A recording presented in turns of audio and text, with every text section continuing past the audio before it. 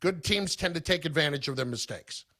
Unbelievable. I mean, the Chiefs were just very smart in that game. They just took what the defense gave them. They played smart football. They didn't try to do too much. Just check downs. I'll take 4 yards here. We'll run it for 3 here. We'll complete a pass for 5 there. We'll let them screw up. And, the turnovers, the penalties, all that stuff, they did themselves in. Rare off day from the show? What? No, we got TV today. No, we got TV. We're 6 p.m. today, ESPN 2. Also, some interesting news. No Jokic tonight. That spread jumped all the way to OKC -6. Ooh, OKC -6 now. Little nugget going out the door, so to speak. Finding great candidates to hire can be like, well, trying to find a needle in a haystack. Sure, you can post your job to some job board, but then all you can do is hope the right person comes along, which is why you should try ZipRecruiter for free at ZipRecruiter.com/free. ZipRecruiter doesn't depend on candidates finding you. Its powerful technology identifies people with the right experience and actively invites them to apply to your job. You get qualified candidates fast. So while other companies might deliver a lot of hay, ZipRecruiter finds you what you're looking for. The needle in the haystack. 4 out of 5 employers who post a job on ZipRecruiter get a quality candidate through the site within the first day. ZipRecruiter, the smartest way to hire. And right now, you can try ZipRecruiter for free. That's right, free. Just go to this exclusive web address, ZipRecruiter.com/free. That's ZipRecruiter.com/free. ZipRecruiter.com/free.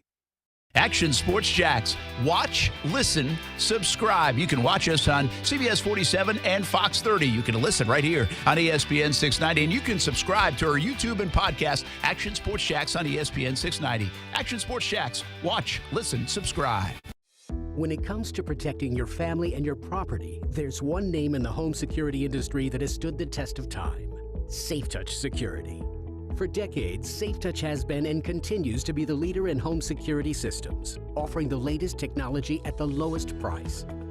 SafeTouch offers 5 layers of defense for your home, giving you peace of mind whether you're home or not. The SafeTouch security yard sign lets everyone know this house is protected.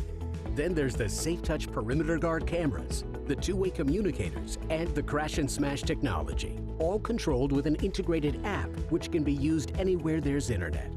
With SafeTouch, you're never home alone and never away from home. These are state-of-the-art systems that you would expect to pay hundreds for. But right now, SafeTouch is offering their once-a-year deal, which can save you up to 50% on your security package. Call 888-723-8682 or go to safetouch.com. State license EF2000195. All young people in Northeast Florida, but especially LGBTQ+ teens and young adults, need advocates and a safe place with no stigma or judgment where they can find acceptance and support. It's essential for them to live healthy, safe lives filled with joy and possibility. This is what Jasmine provides. Jasmine is Northeast Florida's only youth center for LGBTQ+ teens and young adults, and for nearly 29 years has worked to help the community be a more welcoming place for our young people. Offering mental health programs, peer counseling, family time, HIV testing and prevention, and a front door for homeless youth, Jasmine continues to be the safe place our LGBTQ+ young people need as they navigate this tumultuous time in their lives.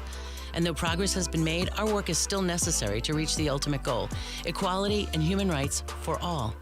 Discover how you can partner to support our LGBTQ+ teens and young adults. Visit jasmine.org today.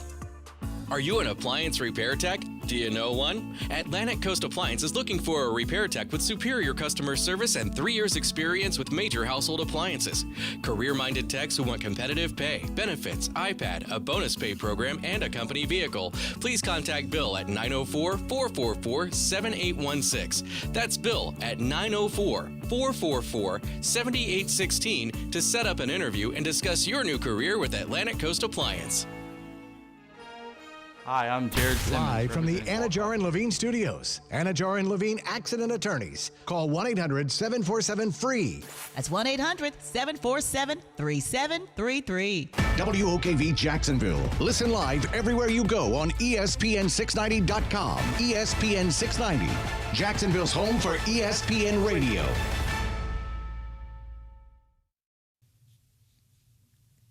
This is SportsCenter. I'm Christine Lisi. The Seahawks, the latest NFL team to fill its head coaching vacancy. ESPN's Adam Schefter reports they've agreed on a 6-year deal with Ravens defensive coordinator Mike McDonald. The 36-year-old will be the NFL's youngest head coach. Washington's the lone team left with a head coaching opening. 76ers center Joel Embiid, the reigning NBA MVP, will undergo an MRI on his injured left knee, sustained in last night's loss to the Warriors. Phillies dropped 4 in a row, gets back on the court tomorrow in Utah. ESPN NBA senior writer Brian Windhorst. It's not going great for them right now, but I still love where they are if Embiid's healthy. And that's true whether they make a trade or not. If Embiid is healthy, he is a beast to deal with, and Tyrese Maxey will be named an all-star, I'm almost positive, tomorrow when they announce the reserves. And so they're going to have 2 all-stars that if they're healthy, we'll have a chance. Brian Windhorst on Unsportsmanlike. The Sixers tied for 4th in the East, 7 back of Boston. Damian Lillard plays his first game as a visiting player against the Trailblazers since the offseason trade to Milwaukee. Coverage tonight at 10 Eastern on ESPN.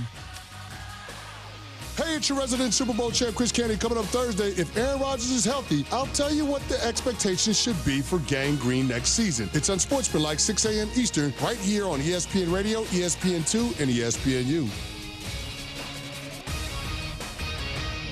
Hello, it's me, the designer jeans in your closet, the back of your closet. What am I doing here? Would you keep caviar in the back of your fridge with the ketchup and old milk? Yeah, I don't think so. So what happened to us? I mean, have you seen my label? I used to summer in the Hamptons, and now I'm stuck behind a pair of sweats. Sure, I never really fit you quite right, and one of my pockets is so small you can't even squeeze your hand into it. But it's all about the look. And I look good. I need to get back out on the scene so I can be seen. You know, going to fancy parties, getting expensive iced coffees, Sunday fun days, okay?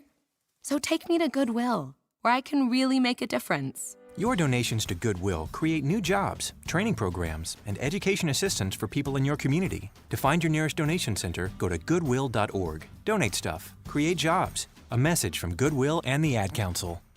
When you went car shopping, you meant business. You aced vehicle history searches and test drives. You out-salesmaned the salesman. Now you've got your wheels. If you manage that, you can get your retirement plan on track. Visiting aceyourretirement.org can help. With 401k tips and smart saving strategies, you'll have the info you need to get more for your future. Go to aceyourretirement.org, because when it comes to speeding past financial challenges, you're an ace. Brought to you by AARP and the Ad Council. Maybe you can make retirement happen. After all, you made her college years happen. Opening that education savings account when she was little. Spearheading a campus tour. And another, and another, and another, and another. Bam! Deciphering financial aid. She was like, what? And now she's like, you aced planning for college. Now get the tips you need to get on track at aceyourretirement.org. Everyone is talking about healthcare these days. America spends twice that of other developed countries on our healthcare system, yet our health ranks near the bottom. How can we stop spending so much and getting so little? Shifting to a system based on primary care can help fix the problem. Patients with a primary care doctor live longer, healthier lives and are less likely to suffer from cancer, heart disease, or stroke. Primary care that is comprehensive and coordinated also saves money. Patients who have a primary care doctor spend 30% less on health care than patients who don't. States with a high number of primary care doctors have lower health care costs and higher quality care. Primary care can help make America healthy again. To learn more about the benefits of primary care, visit www.healthisprimary.org. This message is brought to you by America's Family Physicians. ESPN 690 and Action Sports Jacks presents Brent and Friends. Today is one of the worst days that I've had in a long time. We're getting a little punchy around here, people. It's been a lot in a row. I would love to punch you guys. Ow! It really hit me. Brent and Friends with Brent Martineau, Aaron Schachter, and Kasey Kuhrts. Jacksonville's home for ESPN Radio. ESPN 690. Did you guys know that Kellen Moore is on the Eagles? Now this is the content we needed. Well, if we didn't, we do now. I was like, hey, did I miss anything? And for the fourth time in 3 days, Casey's like, Kellen Moore's on the Eagles.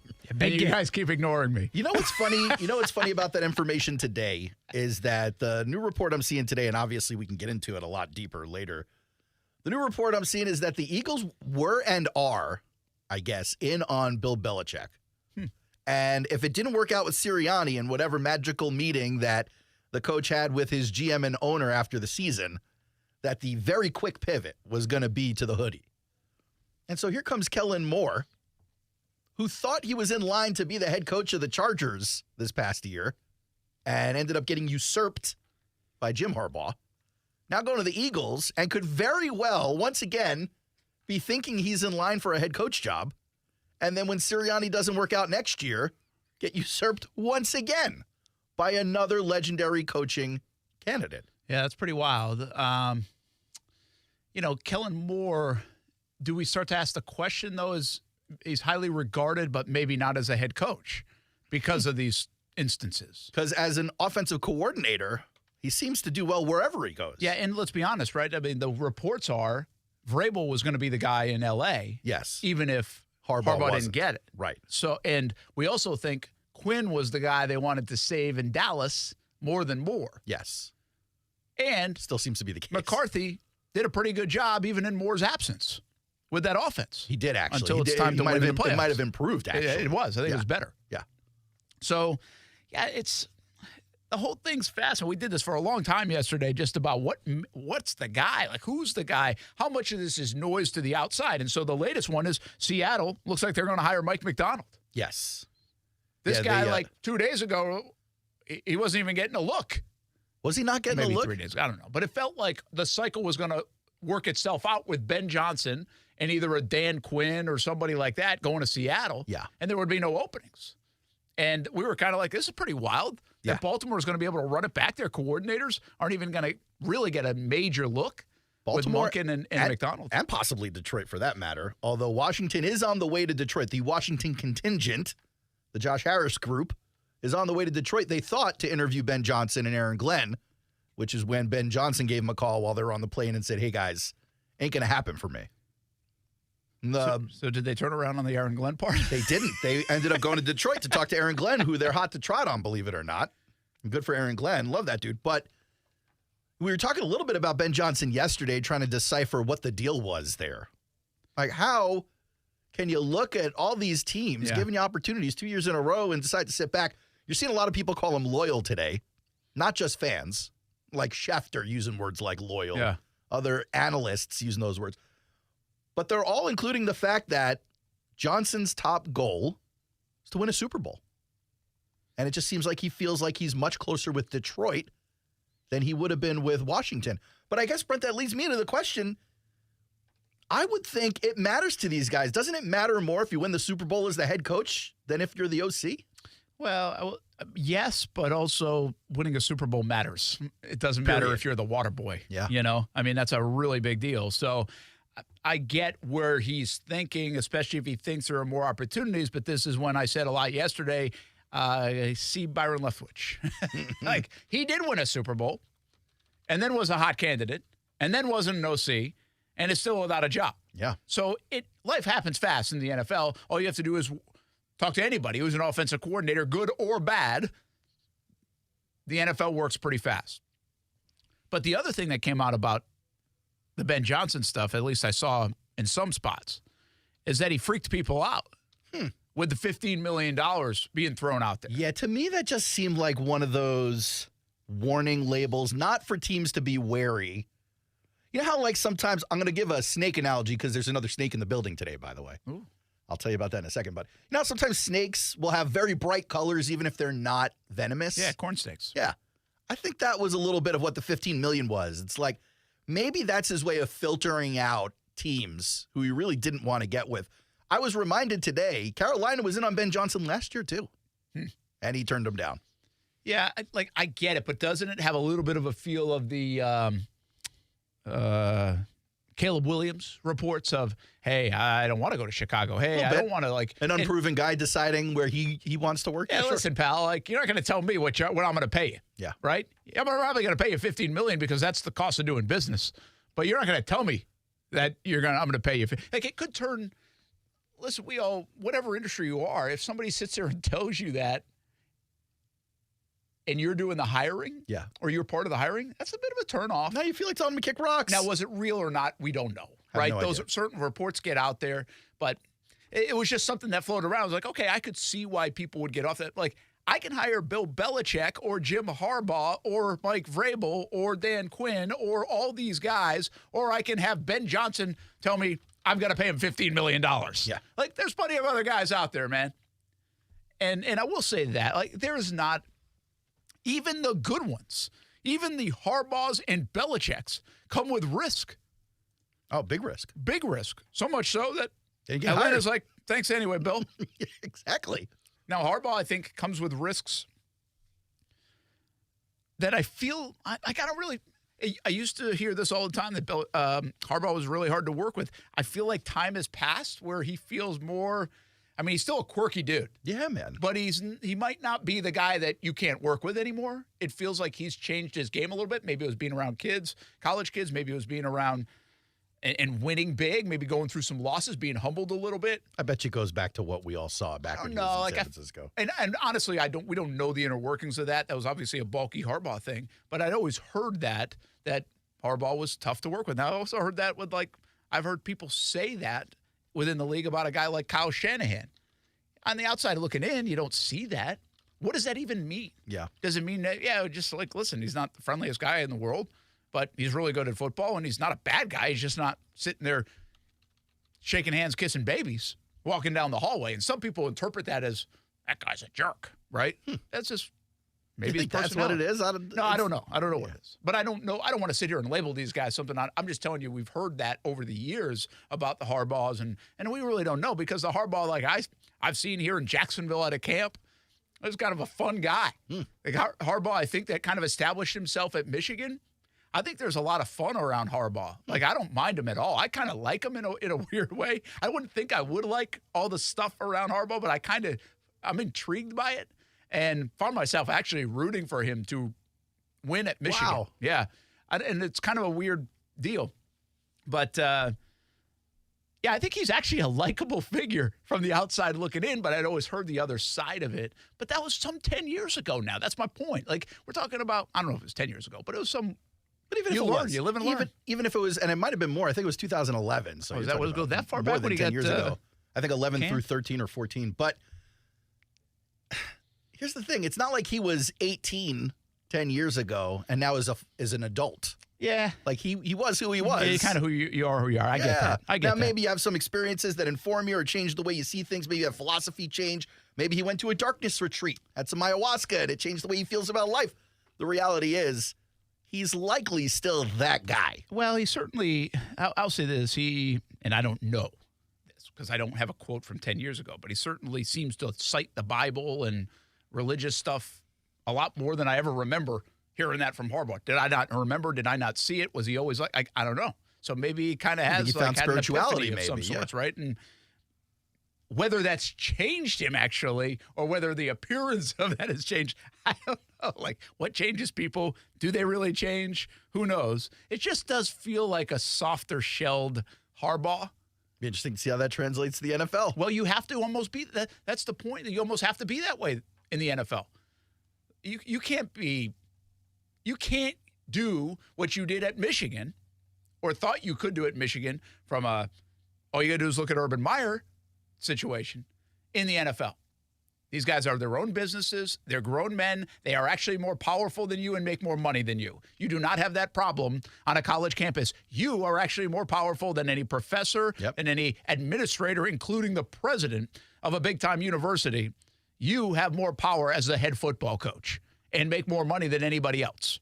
That's not the case. David Morton in the chat wants to know, was Harbaugh the problem in San Francisco, or maybe was it his GM? Yeah, I know you're going to go with Balky here, right? I mean, it didn't take very long to get there. 314. I know. And you know what? I don't know. Yeah. I don't know. We don't know. That's the problem. The label is now that it certainly could have been that. But, yeah, I don't know. I really don't know if that is the case. I tweeted this out. What's the most unlikely hire of the hiring cycle? Let's just say McDonald gets the Seahawks. That will close the book on the cycle. Well, we still need to see who Washington hires. I think the Titans hire for me, Callahan. Might be that. That's interesting. But doesn't it almost have to be Raheem Morris? They had Harbaugh and Belichick in the building. It's surprising. But the reason Morris isn't shocking for me is two reasons. Number one, he's got experience. Yeah. Young guy with experience. And number two, he was very highly regarded in that NFLPA survey of coordinators who players want to play for most. Yeah. And that's not just players on the team, that's players around the league. I got to imagine as an owner, you're looking at that list going, I want these guys. I want guys running my organization who other players are dying to play for. And that's what they got. Yeah, he comes with a lot of respect. I get it. I just still think we don't pay attention to that part. We're paying attention to the outside. I mean, there are a lot of surprising hires. Canales in Carolina. Like, who knew that guy was going to get a job? Up until the last month, had anybody even heard of him? But you're looking at Carolina going, we think they're not going to be able to land one of the bigger names. Well, we knew that, yeah. But I'm still saying that guy wasn't on the radar 2 months ago. What were you hearing about Callahan before he goes to the Titans? Yeah, that's a good point. It's a good point. So give me some more. I mean, McDonald really came on strong in the last month of the season. But you kind of get it, right? Like coming off of a great defense and a great team, highly regarded guy. They're number one seed in the NFL. They beat a lot of teams. That defense is something I think people will try to mimic. And so much so that the college game, the NFL, the college national champs run that NFL defense. So obviously I think Jim Harbaugh in L.A., they're going to adopt that defense now. I would assume. Any defense would be better than what they're doing. But, Dan Canales was a big surprise. Obviously, Jared Mayo has been talked about for 2 or 3 years now, so not really a shock to anybody. So, but we still haven't landed on Washington yet. Yeah. Washington has Antonio Pierce. Was that surprising to you? I mean, I think there was so much from Christmas Day on, it was like they had to. Like they had momentum, they messed it up. There were so many names. But they're kind of a mess. Yeah. Right? And I think they don't know what the quarterback stuff is. Yeah. Who's walking into that? It's always tough in with the Raiders. And when the player says, your best player, one of them says, yeah, you can trade me if you don't want more of a mess. It's already been a mess. So I really think the reason Pierce got hired, on top of, hey, he did a heck of a job and he might be ready. I'm not discounting that. I actually like the hire. But I think the reason he got hired was because of, what's his name, not getting hired a couple of years ago, the special teams coordinator. Oh, I forget his name. I like saying his name, and now I can't remember his name. Zuckenheister. No, it's Bisaccia. Bisaccia, thank you. I was like, I just couldn't get it. I was like, I totally forgot. But yeah, I think he is totally hired because Bisaccia wasn't. They screwed up. Yeah, I agree with you. This is like a make good call in a basketball game or something. But we're going to get through a cycle, man, where Belichick, Vrabel, Quinn, Carrol, Ben Johnson. I'll take Ben out of it. Todd Monken. And I'm talking, these guys have credentials. They're all on the, Belichick's won, he's the greatest. Vrabel has done more with less, it feels like. Quinn has been to a Super Bowl, and Pete Carroll has won a Super Bowl. Those 4 guys were actually available to get hired. And owners around the National Football League said, we're good. There is going to be a lot of scrutiny with the hiring failures of this cycle. There should be. Based on that alone. But also, I'm into the idea of not doing retreads constantly. I get it. It's one thing when they're Hall of Fame guys looking for a gig. It's a different conversation. I agree with you. But we went through a period of time with this league where you could have gone 3-13 and been hired a week after you got fired just because you were already a head coach in the NFL.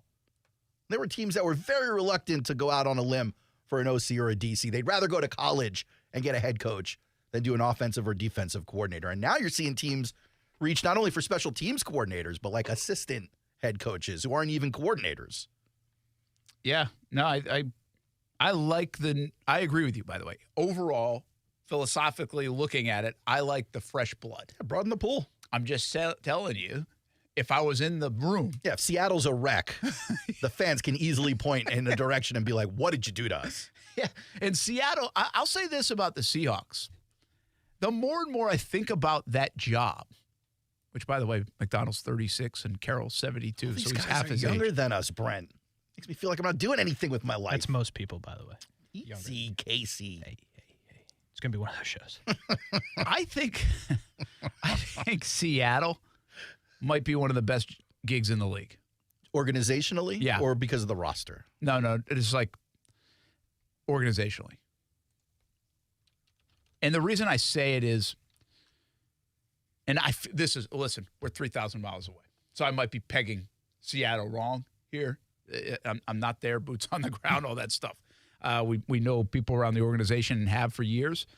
But the reason I say it is I don't feel like there's a Philadelphia Jets, Giants kind of fan base just waiting to lay the hammer on every bad play, bad call, bad this, bad that. I actually have a friend who lived up in Seattle, and he would constantly, because he's from New York, he would constantly talk about how nice the fan base is. Yeah, I think that's the case. And I think they're kind of a warm and fuzzy fan base. And I'm sure, now listen, it's a Seattle team that jumped in the stands and fought the Jags fan base a couple of years back. So maybe I'm wrong about that. But here's where else is. I think the expectation, everybody has expectations to win. But I just don't think it comes crashing down to earth in Seattle for some reason. I don't get that feel. And I think they've bought so much equity over the last decade. So I think walking into that place, first of all, you already know it's a pretty good culture and pretty good guy to work for. The GM's good and proven, and it seems like they've got a system that kind of works. And even in their down years, they're able to bounce back. Yeah, pretty quickly. I mean, Pete Carroll and what he did with Geno Smith and kind of what they built around, and they drafted pretty good, and they've got weapons. Yeah, they really haven't been a joke in a very long time. It's not a bad team. Even when they were supposed to be a joke, even when Casey was laughing at him for Drew Lock being the starting quarterback, didn't necessarily happen. Hey, Drew Lock. And you think Seattle, as much as Russell Wilson was so good there, you think defense. You think, like I think, because I know Cliff Averill, right? Had a nice career there. But you think Legion of Boom. I mean, you just think defense. Pete Carroll's defensive-oriented. I think this is a good move for Mike McDonald, first of all. But I think it's maybe a good move for Seattle to try to recreate that in a sense with a younger guy, defensive-minded guy, culture guy, because they say, I told you guys this yesterday, I'd heard somebody say, if you're in a room with him for 10 minutes, you're sold, right? So he's that culture guy. Well, Pete Carroll's that. Sure. Pete Carroll's that kind of personality, that kind of way, good right? vibes only, yeah. So I think this is a great fit, but I also think it's a great job because I just feel like you can do okay and be okay for the time being. Maybe that runs out shortly. Who knows? But I think it's a pretty advantageous situation to walk into given their recent success. If this place had won a Super Bowl in 17 or 18, had gone to another one, had the run that Seattle had, do you think we would be as anxious 5 years later in Jacksonville about what just took place or what has taken place? I have a theory on this, and it's that's a good silent point there. Well, you got to think about it. I think people are going to be who they are regardless. And so you say, all right, but if you won the Super Bowl a couple of years ago, are you freaking out about the collapse here? You just... Maybe it's still on the tip of your tongue. Maybe you still have a ghost of the taste of success. But I'm thinking that people here would still be mad because you know what it was to be a Super Bowl champion, and now look at what's going on. You can't settle for this kind of stuff. I get Casey's thoughts on that when we come back. We'll take a break. Your thoughts, too. 904-362-9901. Jump in the text line. Casey will open those phone lines, I think. Don't count on it. Got some running around to do. And if the Jags had won a Super Bowl in the last 5 years, or 5 years ago. Let's use that. Shoot, I don't care if you want to go 7 years ago. Would the angst in Jacksonville be as high over the collapse and recent woes at times, from bulky to other things, as it feels like it is these last few weeks? Or would that just take place anyway because you're pissed off they lost 5 out of 6? How do you feel about that when we come back on ESPN 690?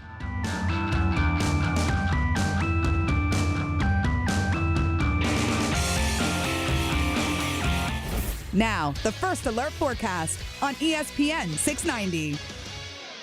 Partly sunny and breezy today with highs in the mid-60s. Chilly tonight, dropping into the upper 30s, and mostly sunny and cool tomorrow. Your Thursday high temperature 60 to 65. I'm Chief Meteorologist Mike Burrish. Join me today beginning at 5 p.m. on CBS 47 and Fox 30 Action News Jax. The Weather Center is brought to you by Beard's Diamonds. Proud to offer a huge selection of both lab-grown and natural diamonds at the lowest prices guaranteed. Victim of a slip and fall? It takes one phone call to take back control of your life. Anajar and Levine will fight to get you the compensation you deserve. Call me, Mark Anajar, for a free consultation. 1-800-747-FREE. That's 1-800-747-3733. Main office, Jacksonville. We're dealing at Best Bet St. Augustine, the only card room and sports bar in St. Augustine, Florida. With nonstop action, poker games of all limits, exciting tournaments and table games, and a sports bar showing all the action, Best Bet St. Augustine has you covered. Don't miss our delicious dining options, serving breakfast, lunch, and dinner, and our always popular freshly made sushi. Best Bet St. Augustine is located at 800 Marketplace Drive off exit 311, where I-95 and State Road 207 meet. Learn more at bestbetjax.com. Start the year with a new or used vehicle at Nimnick Buick GMC. New year, new truck. There are trucks, and then there's the truck, the GMC Sierra. I love mine, and you can save up to $10,000 off select new GMC Sierra 1500s and enjoy rates as low as 0.9% APR financing. Try a Terrain or Acadia with rates as low as 1.9% APR for well-qualified buyers. Used car? Well, try the Car Bravo program. Nimnick certifies all makes and models. NimnickBuickGMC.com or the showroom off Phillips Highway. GMC. We are professional grade. Discover how good your water can be with the new Connecticut softener and drinking water system. Connecticut's twin tank, non-electric softeners are the most efficient softeners available, and their drinking water systems remove up to 99% of contaminants. We know that at our home. You can find out as well. This month, you can get 50% off a Connecticut K5 drinking water system with a purchase of a Connecticut Premier Series softener. The experts at CGC Water Treatment and Plumbing will test your water for free and determine your water score. Don't know your water score? Well, CGC will find out and recommend the appropriate Connecticut water treatment solutions to improve it. The higher your water score, the better your water. Call 904-552-1242 or visit cgcwater.com. That's 904-552-1242, cgcwater.com. Financing options are available with approved credit. CGC Water Treatment and Plumbing are proud partners of the Jacksonville Jaguars, and I'm a proud customer of CGC Water Treatment and Plumbing, an authorized independent Connecticut dealer. Florida license number CFC 1432579. Hi, I'm Mike Lester, the founder of Talon Wealth and the host of the Guarding Your Nest Egg radio show. Like you, I love this country, and I'm very thankful for those that protect us along with our freedoms. That's why for active military and active first responders, if you decide to work with us, Talon Wealth isn't going to charge you any advisor fees. We're happy to explain all the details, but most importantly, thank you for your service. Visit guardingyournestegg.com to find out more. Advisory services through Talon Private Wealth and SEC Registered Investment Advisor. Florida license D056341. Perfect Rack Billiards has a deal for you. 50-cent Wing Fridays during lunch. Get out of work early, get a head start on the weekend, or just take a lunch break. 11:30 until 3 p.m. on Fridays. Every Friday, Perfect Rack Billiards with 50-cent wings for lunch on Fridays. A perfect place to stop in Murray Hill, play some pool, play some darts, maybe some shuffleboard. Now, that's a heck of a lunch break.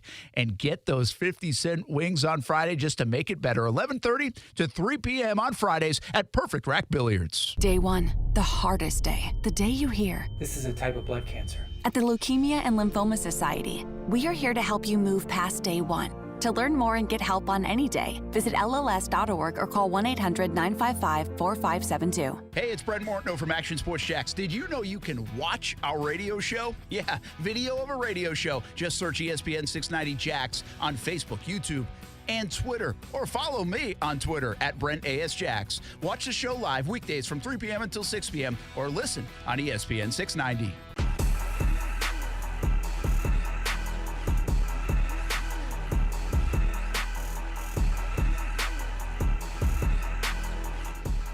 You've heard of snakes on a plane. We got snakes in the ceiling. Yo. That was not a cool story Aaron just told. You don't like that story? No. Like, I'd rather have it at my feet. Earlier today in someone's office, there was a little one-on-one meeting happening. 2 offices down. And above one of the people's heads, a little gardener snake poked his head. You think? Poked his head out of the cobra. A black belt cobra who does karate. Don't play. Poked his head out of the HVAC grill And then as soon as the commotion happened, it jumped back in there. So are you kidding? Something in the ductwork. That's not cool. Everybody's looking up today. I'm good with that. I got this bad boy right above my head. We'll be doing the whole show like this. Upside down. Brent's going to do the show on his back. Why am I passing out? Jeez. This is terrible. It's just a little fella. Little fella. Yeah, it's not like a python or anything. Not a cobra. Don't know. You can assume safely. Unsafely. Zero confirmed kills in the building so far. Has anyone died recently, though? Not yet. Has anyone been on extended leave that they're starting to wonder, hey, are they coming back from vacation? That is a good point. We do have It's going to be us. Some people don't spend a lot of time in the office. They might be suffering from snake bites every day. I would pay a lot of money.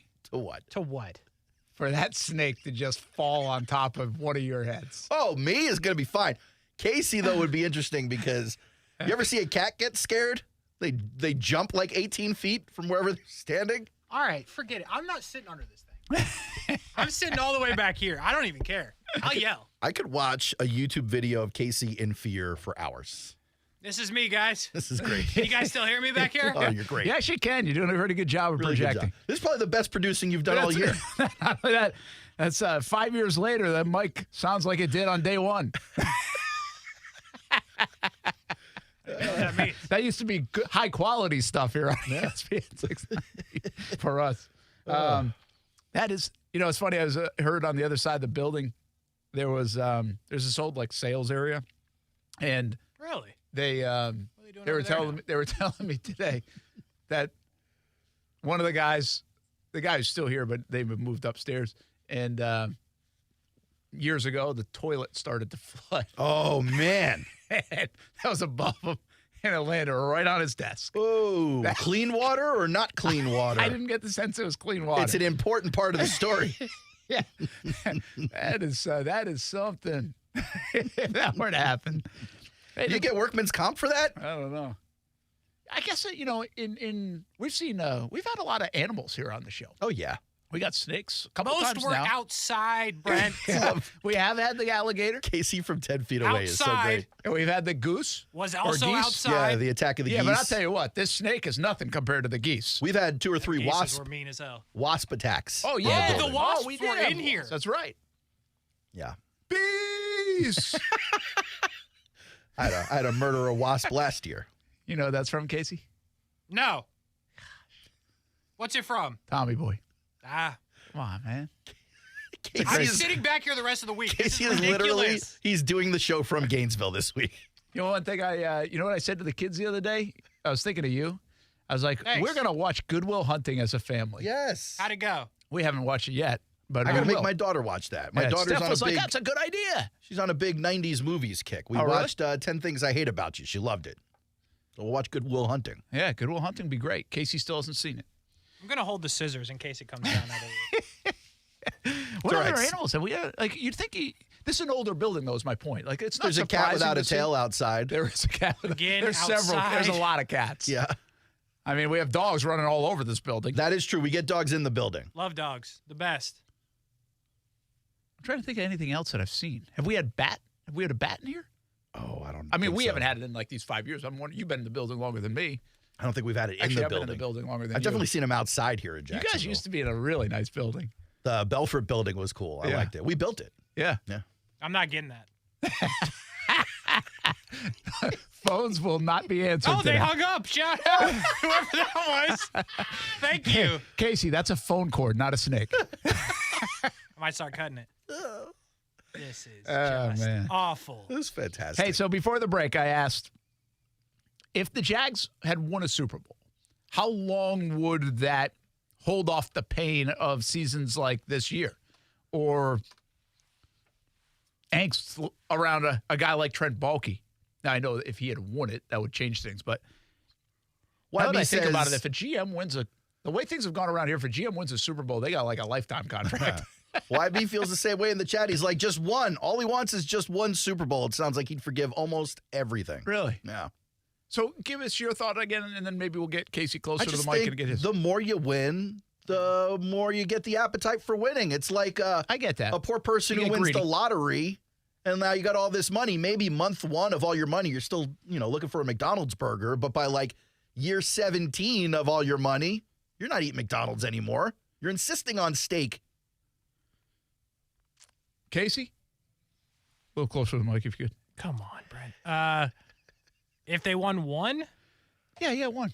No, I still... look, one's pretty good. Yeah, no, one's dope. Like, one would be awesome. I'd take one right now. It's been 66 years for the Detroit Lions. How do you feel about this case? David Morton says, if Balky helped us win a Super Bowl, all would be forgiven. GOAT, Jags, GM. Are you forgiving Trent on site? It's like he killed your cat or something. I mean, what do you mean forgiving him? It's a real thing. He's hurt these people. I mean, if he's the GM when they win, he has to be. Like, you have to be forgiven, I think. So it's a pardon. It's got to be because they haven't won. Like, if it was the second one, it's a different conversation. But the first one, you'll always be that guy or that regime or however you want to say it. But in the context of, like, how the season ended, even if they had a Super Bowl from 17 or whatever, there's still an epic collapse. Do you think Coughlin gets jealous if Peterson wins the Super Bowl with the Jaguars? Yeah. I would. But I also think he fully supports. Like, it sounds like, hey, he doesn't want him to. Happy to see the Jags win, but also he probably Coughlin's been on record anyway. He's a guy, he texts Peterson, stays in touch with Peterson. I think they have conversations. I think listen, I say that because I think any of us would. If you started in day 1 of the Jags and somebody else does it, you are like, damn, I wish I was the guy to do it. Yes. But what trumps that, or at least is side by side with that, even though that's a real feeling, I think that's a real feeling for a lot of people. I think there are a few people that want the fans of Jacksonville to win a Super Bowl more than a guy like Tom Coughlin. I really do. And especially this community, which is really his community, and everything else outside of football that he created.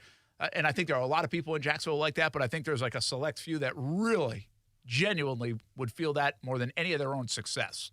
So, but yeah, I think you do run into a little bit of that. Here's the deal. I can give you this, and I've said this many times over the years. The Red Sox, there was a romanticism about not getting it done. Now, it didn't feel romantic in real time. But the chase, I often equate it to like when you're in high school and you're chasing the girl, right? You're like, hey, yeah, will you out? Yeah, we will. Go out for a couple of weeks and then boom, on to the next. It's over. Why? Because the fun part of it was like, she said yes. Yeah, totally. Right? Hey, you want to see if you can get it done. Because later in life when you said yes, you're not going back. Well, there might be, but... but I think it's about like it's that high school feel, that chase, we go to the dance, we go to the movies, we go that kind of thing. I think that actually happens in sports, especially with some of the teams that haven't won. That there's a romanticism, at least for me, in my childhood, from Billy Buckner to other moments of almost being there that were like painful, but kind of worth it when they won in 2004 to win. And I'm sure you didn't feel that way by 2003, though. 2003, no. Obviously, well, it was a little different because I was working in the business by then. I was in the Yankees locker room, so I had to kind of measure that. But were you thinking in 2003, if they just win it, I'm done? Yeah, it'll be better because of this. No, but here's the real this is reality for me, and I'm a little different sports fan than I think a lot of folks. And I call myself kind of a weird sports fan in that, and I can't even describe it, explain it sometimes. I think a lot of it's because of what I do, but. After 2004, man, it wasn't the same. Like, even, maybe it was a little bit, I'm having a hard time, but like 2007, that time frame, like, felt after you get it, all of a sudden, it's like, wait, that's gone. These were the lovable losers. The Cubs went through that. The Cubs, for years, they were the darling. Once you win it, nobody's pulling for you anymore. But I did feel like someone who wasn't living in Boston, but living close enough to the region, I felt like Boston fans got greedy after 2004. Oh, probably, yeah.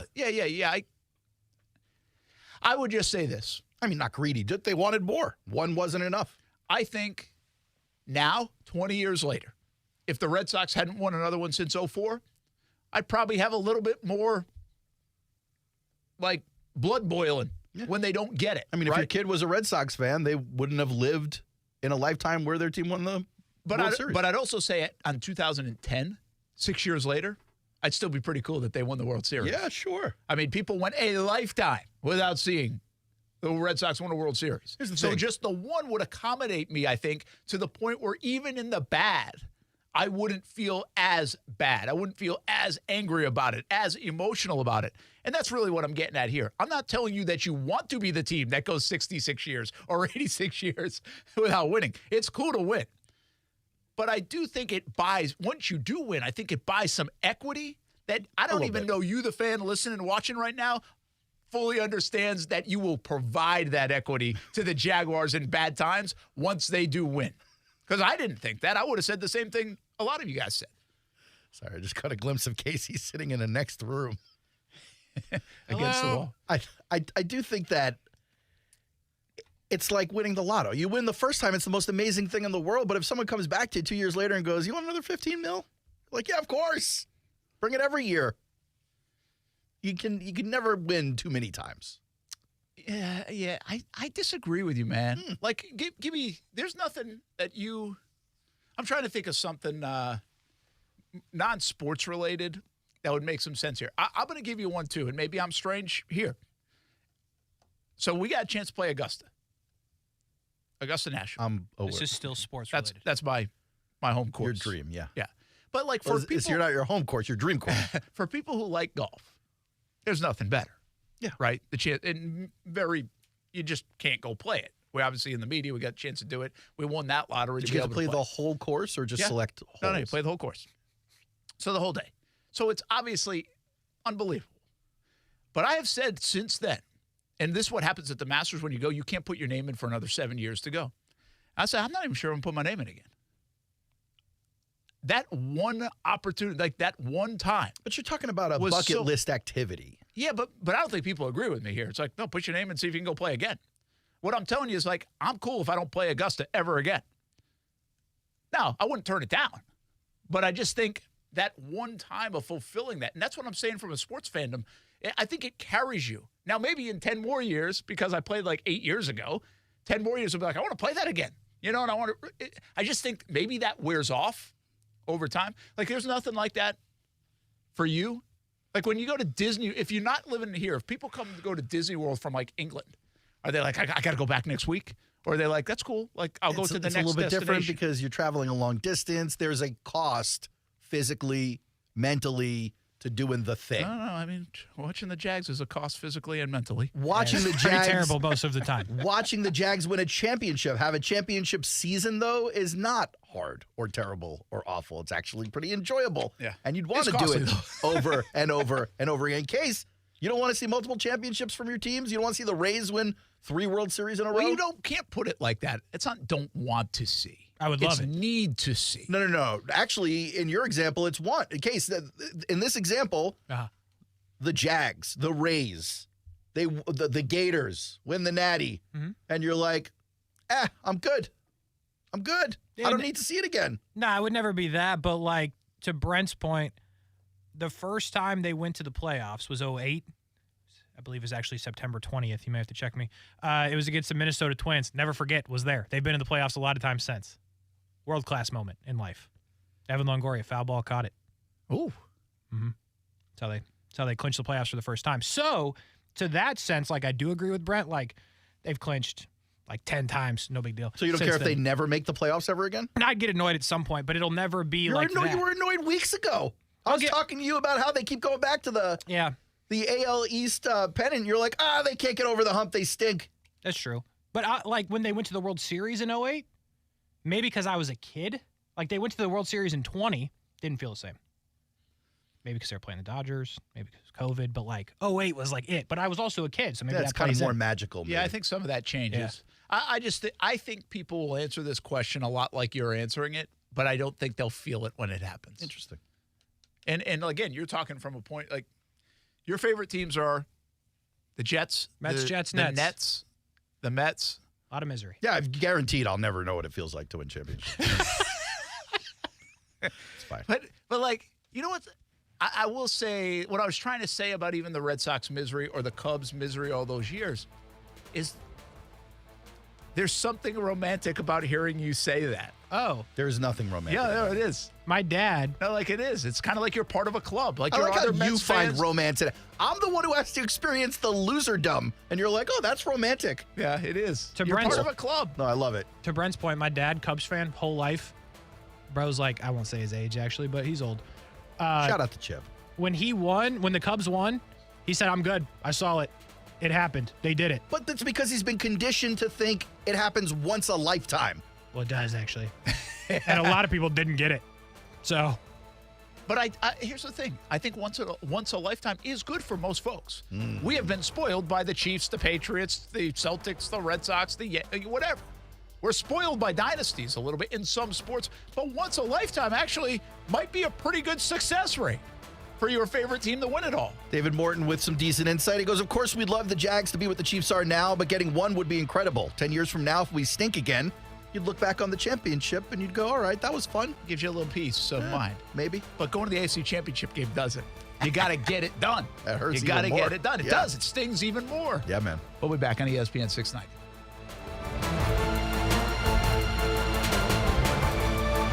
Brent and Friends is sponsored by Best Bet, now open in St. Augustine. Here we grow again. Terry Norvell here from the Young and Norvell Show, announcing our new expanded hours as we are now on weekdays from 11 a.m. to 1 p.m. That's right. You now have a standing lunch date with me and my broadcast partner, former Gators basketball star and current SEC network analyst Patrick Young, every weekday for 2 solid hours from 11 a.m. to 1 p.m. on ESPN 690. You supply the lunch. We provide the most compelling sports talk in town. Find out for yourself weekdays 11 a.m. to 1 p.m. Catch the Young and Norvell Show on ESPN 690. Attention DirecTV customers. DirecTV plans to pull Fox 30 from its lineup, depriving you of your favorite programming. That means no live sports, local news, weather, traffic, or the shows you love. Call DirecTV now at 1-800-531-5000 and tell them to keep Fox 30 in the lineup. That's 1-800-531-5000. Call DirecTV right now and tell them to keep Fox 30 in the lineup. 1-800-531-5000. Ad paid for by America First Tax Group. Attention, if you or your business is behind in filing your tax returns, or if you owe over $10,000 in back taxes to the IRS, please listen carefully. The IRS does not joke around and will not stop their collection efforts. If you're tired of the IRS letters, levies, liens, or wage garnishments and would like to get a fresh start, we can help. Due to the financial hardships in the country, the IRS is making it easier than ever to settle tax problems for those who owe more than $10,000. We can help settle your delinquent tax problems, end all collections, and may even reduce your back taxes significantly. Even if you can't afford to pay your back taxes, you can still get the help you need. We've helped thousands of taxpayers just like you. But you must call 800-257-0663 today to stop your tax problem from getting worse. The information is free and the help is real. Call 800-257-0663. That's 800-257-0663. Again, 800-257-0663. Why choose a Sleep Number smart bed? Because no two people sleep the same. Only the Sleep Number smart bed lets you each choose your individual firmness and comfort, your Sleep Number setting. The Climate 360 smart bed is so smart it actively cools or warms up to 13 degrees on either side for your ideal sleep temperature. JD Power ranks Sleep Number #1 in customer satisfaction with mattresses purchased in-store. And now save 50% on the Sleep Number limited edition smart bed. Limited time. For JD Power 2023 award information, visit jdpower.com/awards. To find a store near you, visit sleepnumber.com. Getting your biggest tax refund from Jackson Hewitt can lead to some spirited reactions. Jackson Hewitt! Jackson Hewitt is so sure that you'll get your biggest refund that if they don't, you get your money back plus $100. Jackson Hewitt! And Jackson Hewitt also guarantees the accuracy of your return for life. So don't just sit there. For your biggest refund guaranteed, walk into a Jackson Hewitt today and dance out Jackson Hewitt! Hello, it's me, the designer jeans in your closet, the back of your closet. What am I doing here? Would you keep caviar in the back of your fridge with the ketchup and old milk? Yeah, I don't think so. So what happened to us? I mean, have you seen my label? I used to summer in the Hamptons, and now I'm stuck behind a pair of sweats. Sure, I never really fit you quite right, and one of my pockets is so small you can't even squeeze your hand into it. But it's all about the look. And I look good. I need to get back out on the scene so I can be seen. You know, going to fancy parties, getting expensive iced coffees, Sunday fun days, okay? So take me to Goodwill, where I can really make a difference. Your donations to Goodwill create new jobs, training programs, and education assistance for people in your community. To find your nearest donation center, go to goodwill.org. Donate stuff. Create jobs. A message from Goodwill and the Ad Council. Every day, the men and women of the United States Marine Corps demonstrate their commitment to defend the American way of life. Since 1775, we have served our nation as a force in readiness. From combat operations to humanitarian assistance in every corner of the world. No matter where the mission takes us today, or wherever our country needs us tomorrow, we always remember the land we call home. As Marines, we take a stand for each other, for our nation, for us all. The few, the proud, the Marines. Action Sports Jacks. Watch, listen, subscribe. You can watch us on CBS 47 and Fox 30. You can listen right here on ESPN 690. And you can subscribe to our YouTube and podcast, Action Sports Jacks on ESPN 690. Action Sports Jacks. Watch, listen, subscribe.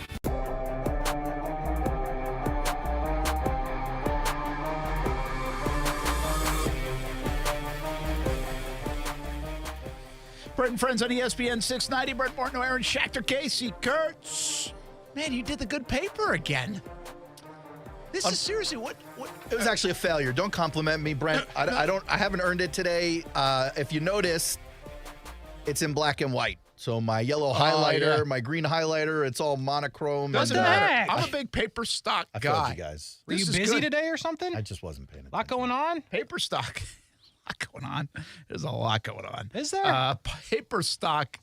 I just don't understand why we're buying such good paper here. Oh, I mean, I think they roll out the good stuff for me. I go, hey guys, when I kill a tree, I want to kill a pretty significant one. I've got a feeling that you purchased this yourself. Bringing it from home. Guys, you wouldn't believe the deal I just got on this paper. I'm the last guy buying paper in the whole country. Basically. You're like, you want what? For a what? Didn't you say we got new printers, or was that a joke? We did. We got new printers last week. They're fancy, too. They're like a third of the size of the other printer. But they're super fit. Really? They got staplers built into them. You kidding me? You want a cup of coffee? You just hit the secret code on it. Brings you everything. It's great. He's kidding, Brent. There's no coffee. There's no coffee in the printer. I know you were thinking about it. I was thinking. I was like, that's pretty cool. Well, I will say this. This week, I don't know how tapped in you guys are on tech announcements. This week has had a couple of them. I like them. I'm not tapped in, but what I like them. Well, you got Elon Musk's Neuralink. You guys seen this in the news the last couple of days? So basically, they announced they've implanted a Neuralink chip into the first human test subject. And while I'm not sure it can do too much right now, what Musk is saying is eventually, he's theorizing we live in a world where you're about to die. You have a copy, an image of your brain state on that chip, which you then plug right into a cloned Brent or a robot Brent, Robo Brent, and then you live in perpetuity forever. Whoa, Robo Brent would be unbelievable. And funny haha. It'd just be okay. Yeah, I'd be unbelievable. Funny haha. But this isn't a movie. This is real life, and they're not that far away, I don't think. Within the next 20 to 30 years. And then I'm like, well, Jack's Beach just got hacked. They shut the thing down 2 days ago. I know. So who's running to put a microchip in the brain? Really? I said this morning. I was like, one day you're making toast and then boop, boop, boop, boop. You're running to the ATM and shelling out money to some foreign country. You're like, what am I doing? Been hacked. I thought that was fascinating news. And then this Apple Vision Quest Pro, whatever it's called, Apple Vision Pro. I'm not an Apple guy. I kind of hate Apple products. I got a bias. I really do. It's a little bit. Whoa. It's a little hard. A little pompous, Apple products. A little too much. They think a little too highly of themselves, Casey. Yeah. No, I meant you are a with little the green bubble, blue bubble. Terrible. Yeah, I'm so excited to get rid of the green bubble in my chat. But the Apple. Because of you. Wait, were you getting rid of it? Well, now it'll just be me and Brent. He's saying. But the Apple Vision Pro which is, by the way, a $3,500 VR headset. Wow, that's how much it is a ridiculous piece of modern technology. Really? I mean, the future is now with this thing. Really? And if it didn't what, cost... give me an example. All right, so you slide this thing on, and it's a computer. It's a Mac. We have the Meta at home. Yeah, this is much different. Everything you do on your laptop, you're doing on the Vision Pro. Really? Yeah, and it basically it shuts out all the light. It's got the battery pack you put in your pocket. It looks phenomenal. It looks so sleek. Such a sexy product. Apple, one thing I will say, their design language, top-notch. Very good. I mean, top-notch. Everything looks tremendous from Apple. Now, does it work is the other question. Not always. Had a debacle this morning. $3,500 better. But they've got like 30 computers in this thing, 15 cameras in this thing, to the point where when you're wearing the thing, if someone comes in the room and you're looking at them, they can see your eyes, but it's not your actual eyes. It's video of your eyes from the other side of the goggles. Get out. That's terrifying. The whole thing is crazy. What they really are pitching to you, they want you to wear it 24/7, constantly. They want you to live life in this thing, and then you can relive those moments from your perspective. Like the whole thing was a TV show the whole time. It is very Black Mirror. It's an amazing piece of technology. You got to see some of this I got to go stuff. check it out. It's crazy. Listen, I might need a new MacBook soon. They're about $3,000. Dude, Should I if pay you this get for the this Vision instead? Pro, I'm coming over to your house with or without your permission. It's happening.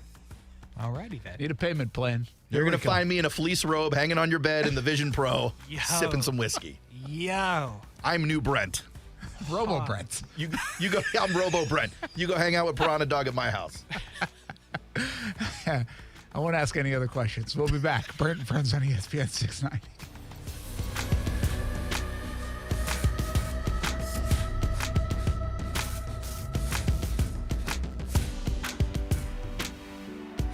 Start the year with a new or used vehicle at Nimnick Buick GMC. New year, new truck. There are trucks, and then there's the truck, the GMC Sierra. I love mine, and you can save up to $10,000 off select new GMC Sierra 1500s and enjoy rates as low as 0.9% APR financing. Try a Terrain or Acadia with rates as low as 1.9% APR for well-qualified buyers. Used car? Well, try the Car Bravo program. Nimnick certifies all makes and models. NimnickBuickGMC.com or the showroom off Phillips Highway. GMC. We are professional grade. Hey folks, now that the kids and grandkids have gone home and the decorations are coming down, I can see that it's time to get my carpets and sofas cleaned. That's where Zero Res comes in. Zero Res can clean the carpets, the sofa, the chairs, the area rugs, and even the tile and grout. Google Zero Res and see what your neighbors are saying with over 5,000 five-star customer reviews. Right now, get 20% off carpet cleaning and 20% off upholstery cleaning. Zero Res spelled forward or backwards, it's the right way to clean. Frank, remember when Jim told you how his new energy-efficient windows from American Window Products saved money on his electric bills? How could I forget? Well, I talked to Jim, and he forgot to tell you they offered doors, too. Wait, Jacksonville's oldest family-owned window company offers doors, too? Yep, entry doors, patio doors, sliding glass doors, with the same great selection, prices, and professional installation. Got their number? 731-2247, or just visit AmericanWindowProducts.com. Medicare can be confusing. Shine is a great resource to get the help you need. Shine helps with healthcare options, prescription questions, and more. My counselor helped me understand which options were best for me. Shine is free, unbiased, and can save you money. Talking to my Shine counselor really gave me peace of mind. When it comes to Medicare, I tell my friends to call Shine. Get free Medicare help. Call the Shine helpline at 1-888-242-4464. The IRS is the most powerful collection agency on earth, and if you owe back taxes, the news isn't good. The IRS is raising the interest rate it charges on unpaid taxes, and further rate hikes are expected. Most people don't know it, but the IRS adds interest charges to your tax debts daily. So if you owe the IRS today, you'll owe even more tomorrow. And it doesn't stop until you get right with the IRS. The good news is getting right can start with one phone call to Optima Tax Relief, America's #1 tax relief firm. Optima's tax professionals specialize in the Fresh Start Initiative, a powerful IRS program that can save you thousands if you qualify. In fact, the experts at Optima have resolved over $1 billion in tax debt for their clients. Call now for a free consultation. Call 800-364-9188. 800-364-9188. 800-364-9188. Optima Tax Relief. Some restrictions apply. For complete details, please visit OptimaTaxRelief.com. Hey, it's Brent Martineau. Check out Action Sports Jacks weekdays from 3 until 6 on ESPN 690. Live from the Anajar and Levine studios, Anajar and Levine Accident Attorneys. Call 1-800-747-FREE. That's 1-800-747-3733. WOKV Jacksonville. Listen live everywhere you go on ESPN690.com. ESPN 690, Jacksonville's home for ESPN Radio.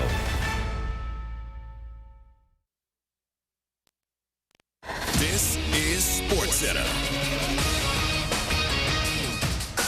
I'm Christine Lisi. Seattle's going from having the oldest coach in the NFL with Pete Carroll to the league's youngest. They agreed on a 6-year deal with 36-year-old Ravens defensive coordinator Mike McDonald. A big selling point, his reputation as one of the league's brightest young defensive minds, explains ESPN Seahawks reporter Brady Henderson. He is bringing in a proven scheme that has led Baltimore to having what's probably the best defense in the NFL over the past 2 seasons, certainly the best this past year. I think it's an excellent scheme that has shown last season that it can get the most out of players, which is something the Seahawks did not do last season. Brady Henderson on Freddie and Harry. Baltimore was number 1 in the NFL in points allowed, sacks, and takeaways in 2023. Tonight, Damian Lillard back in Portland faces the Blazers as a visitor for the first time since his trade to the Bucks, 10 Eastern on ESPN. Cavaliers point guard Darius Garland expected to return from a broken jaw tonight versus the Pistons. Blue Jackets rookie center Adam Fantilli, the 3rd overall pick in the 2023 NHL draft,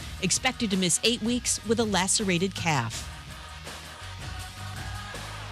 Hey, it's your resident Super Bowl champ, Chris Candy, coming up Thursday. If Aaron Rodgers is healthy, I'll tell you what the expectations should be for Gang Green next season. It's Unsportsmanlike, 6 a.m. Eastern, right here on ESPN Radio, ESPN2, and ESPNU. Diabetes, high blood pressure, anxiety meds, everyone's on them. If you're a 50-year-old male, maybe a bit porky, and you may even have type 2 diabetes, $1 million of term insurance may only cost you about $200 a month. Call Term Provider. Speak with Big Lou at 800-859-3220. Big Lou will find a term life policy for you even if you have type 2 diabetes, are overweight, or have high blood pressure. Term Provider has helped thousands of people like you who think they can't afford term life insurance. To buy $1 million of affordable term life for you, all you need to do is call Big Lou at 800-859-3220. Lou will make sure the scales are tipped in your favor. Call 800-859-3220.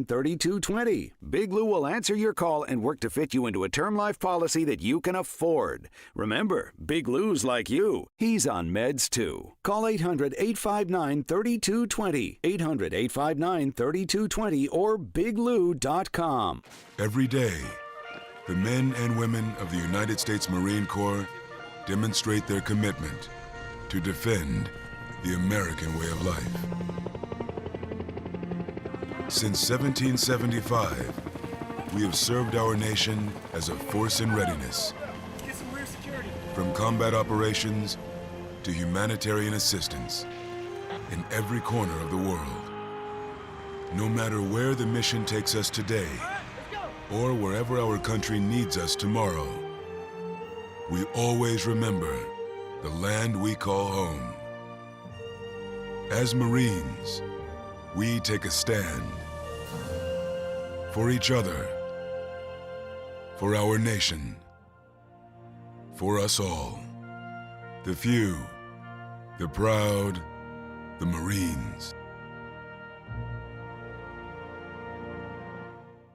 ESPN 690 and Action Sports Jacks presents Brent and Friends. Today is one of the worst days that I've had in a long time. We're getting a little punchy around here, people. It's been a lot in a row. I would love to punch you guys. Ow! It really hit me. Brent and Friends with Brent Martineau, Aaron Schachter, and Kasey Kuhrts. Jacksonville's home for ESPN Radio. ESPN 690. A baby entering the studio. Relax, Brent. I'm 44. Yeah, I mean, Casey. Why does it make me laugh so much? Did we tell our guests about the snakes in the ceiling? They know about it? Justin's well aware of the snakes. Is he gone? Yeah, he's out of here. Okay. They got snakes. Not sure Nicole knew about that. That's good to see, Coos. Yeah, and man. Nicole. his better half, and Baby Quinn. Baby Quinn. First time I met Baby Quinn. She's cute. I don't get the feeling you like babies. I like babies.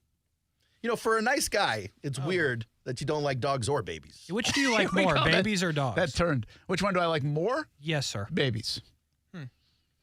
Gotcha. I haven't held a baby in so long, though. I'm kind of wondering if I remember how. Is it because of the restraining order or no?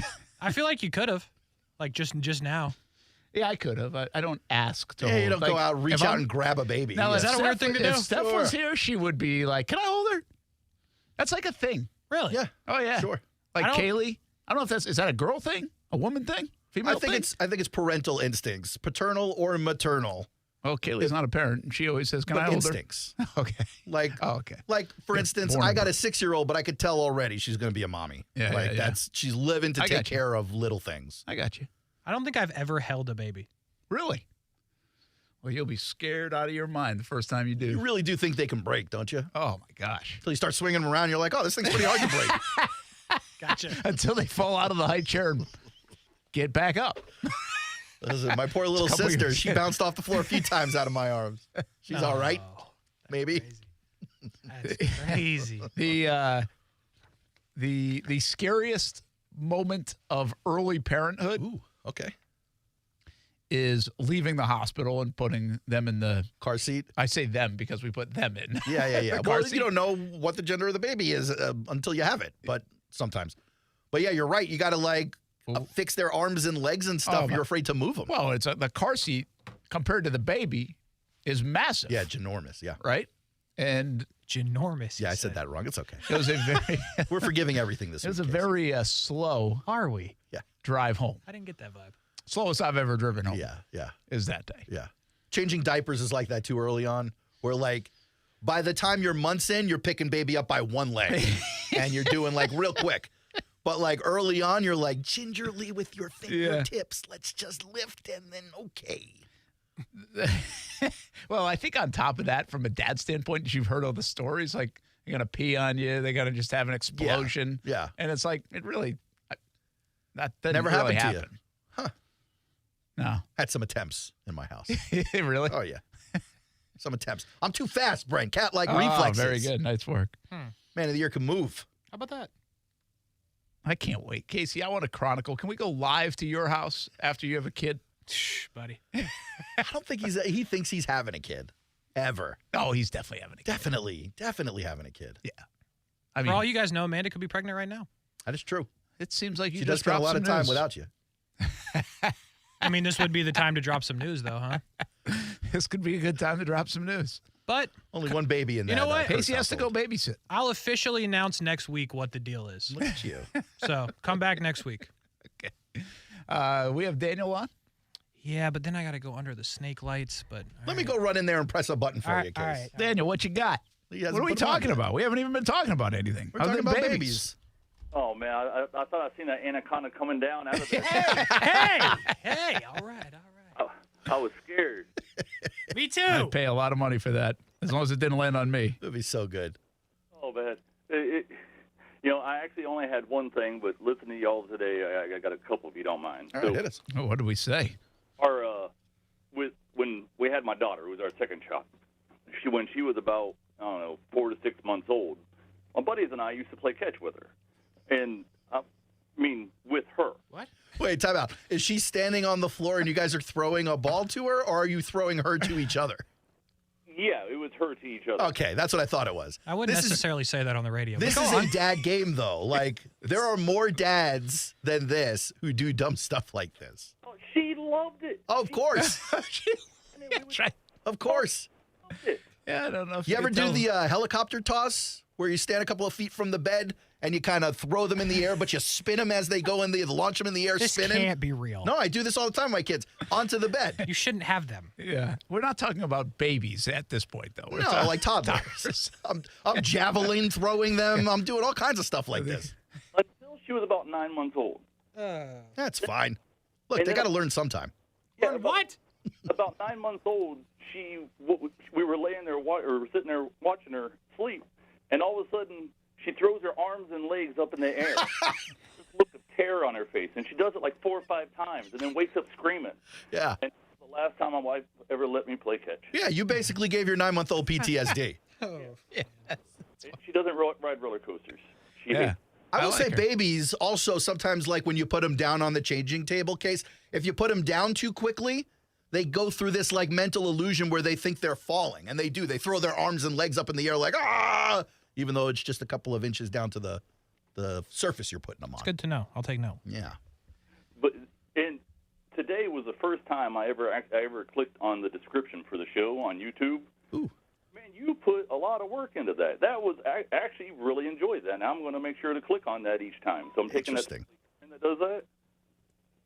What was the last part of that? Say it again. The on YouTube Yeah. where you have a little The description. where it goes in talking about the coaching changes and Yeah, in case you guys are curious today, it's Brent Martineau, Aaron Schachter, Kasey Kuhrts look back on the 2024 NFL coaching carousel with the Seattle Seahawks, now locked in on former Ravens DC Mike McDonald. That leaves one last job opening in Washington. Lots of candidates still in the running, but it doesn't seem like any of them are named Belichick, Vrabel, or Carrol. Did this coaching cycle surprise you? Are you a fan of out with the old and in with the new? Wow. How about that? Look at that. You don't have to teach me to do that. Type. Right words. Daniel.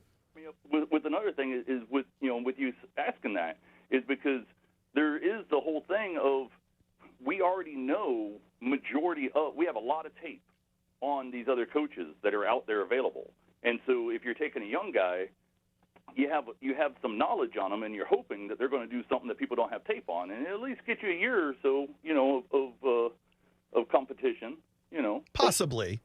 But you also, if these guys are play callers, you do have some tape on them. Right. Yeah, I'm just throwing it out there. Maybe I don't know, but found out something today. Well, actually, something I already knew, but just got reified today about Brent Martineau that I absolutely love about him. This will be good. He is not a keeping up with the Joneses guy, and so he's okay with you get one championship and then you're okay. You listen to him talk about his home furnishings and stuff. He has a few things that he cares about, the toilet, but besides that, who cares what the rest of the house looks like? He's not going to neighbors and going, oh, my God, he's got that. I need the bigger one. I really respect that about you. Nice. Oh, thank you. Nice. Maybe you could go over Daniel's house and play toddler catch with him. Here's a tip, Daniel. Next time you're throwing your toddler around, try the knuckler because they move really funny when you don't spin them. The knuckler's insane. Yeah. Please don't try that at home. Please don't. Or you can. Daniel, thanks, man. We appreciate you. Hey, the actual reason why I called.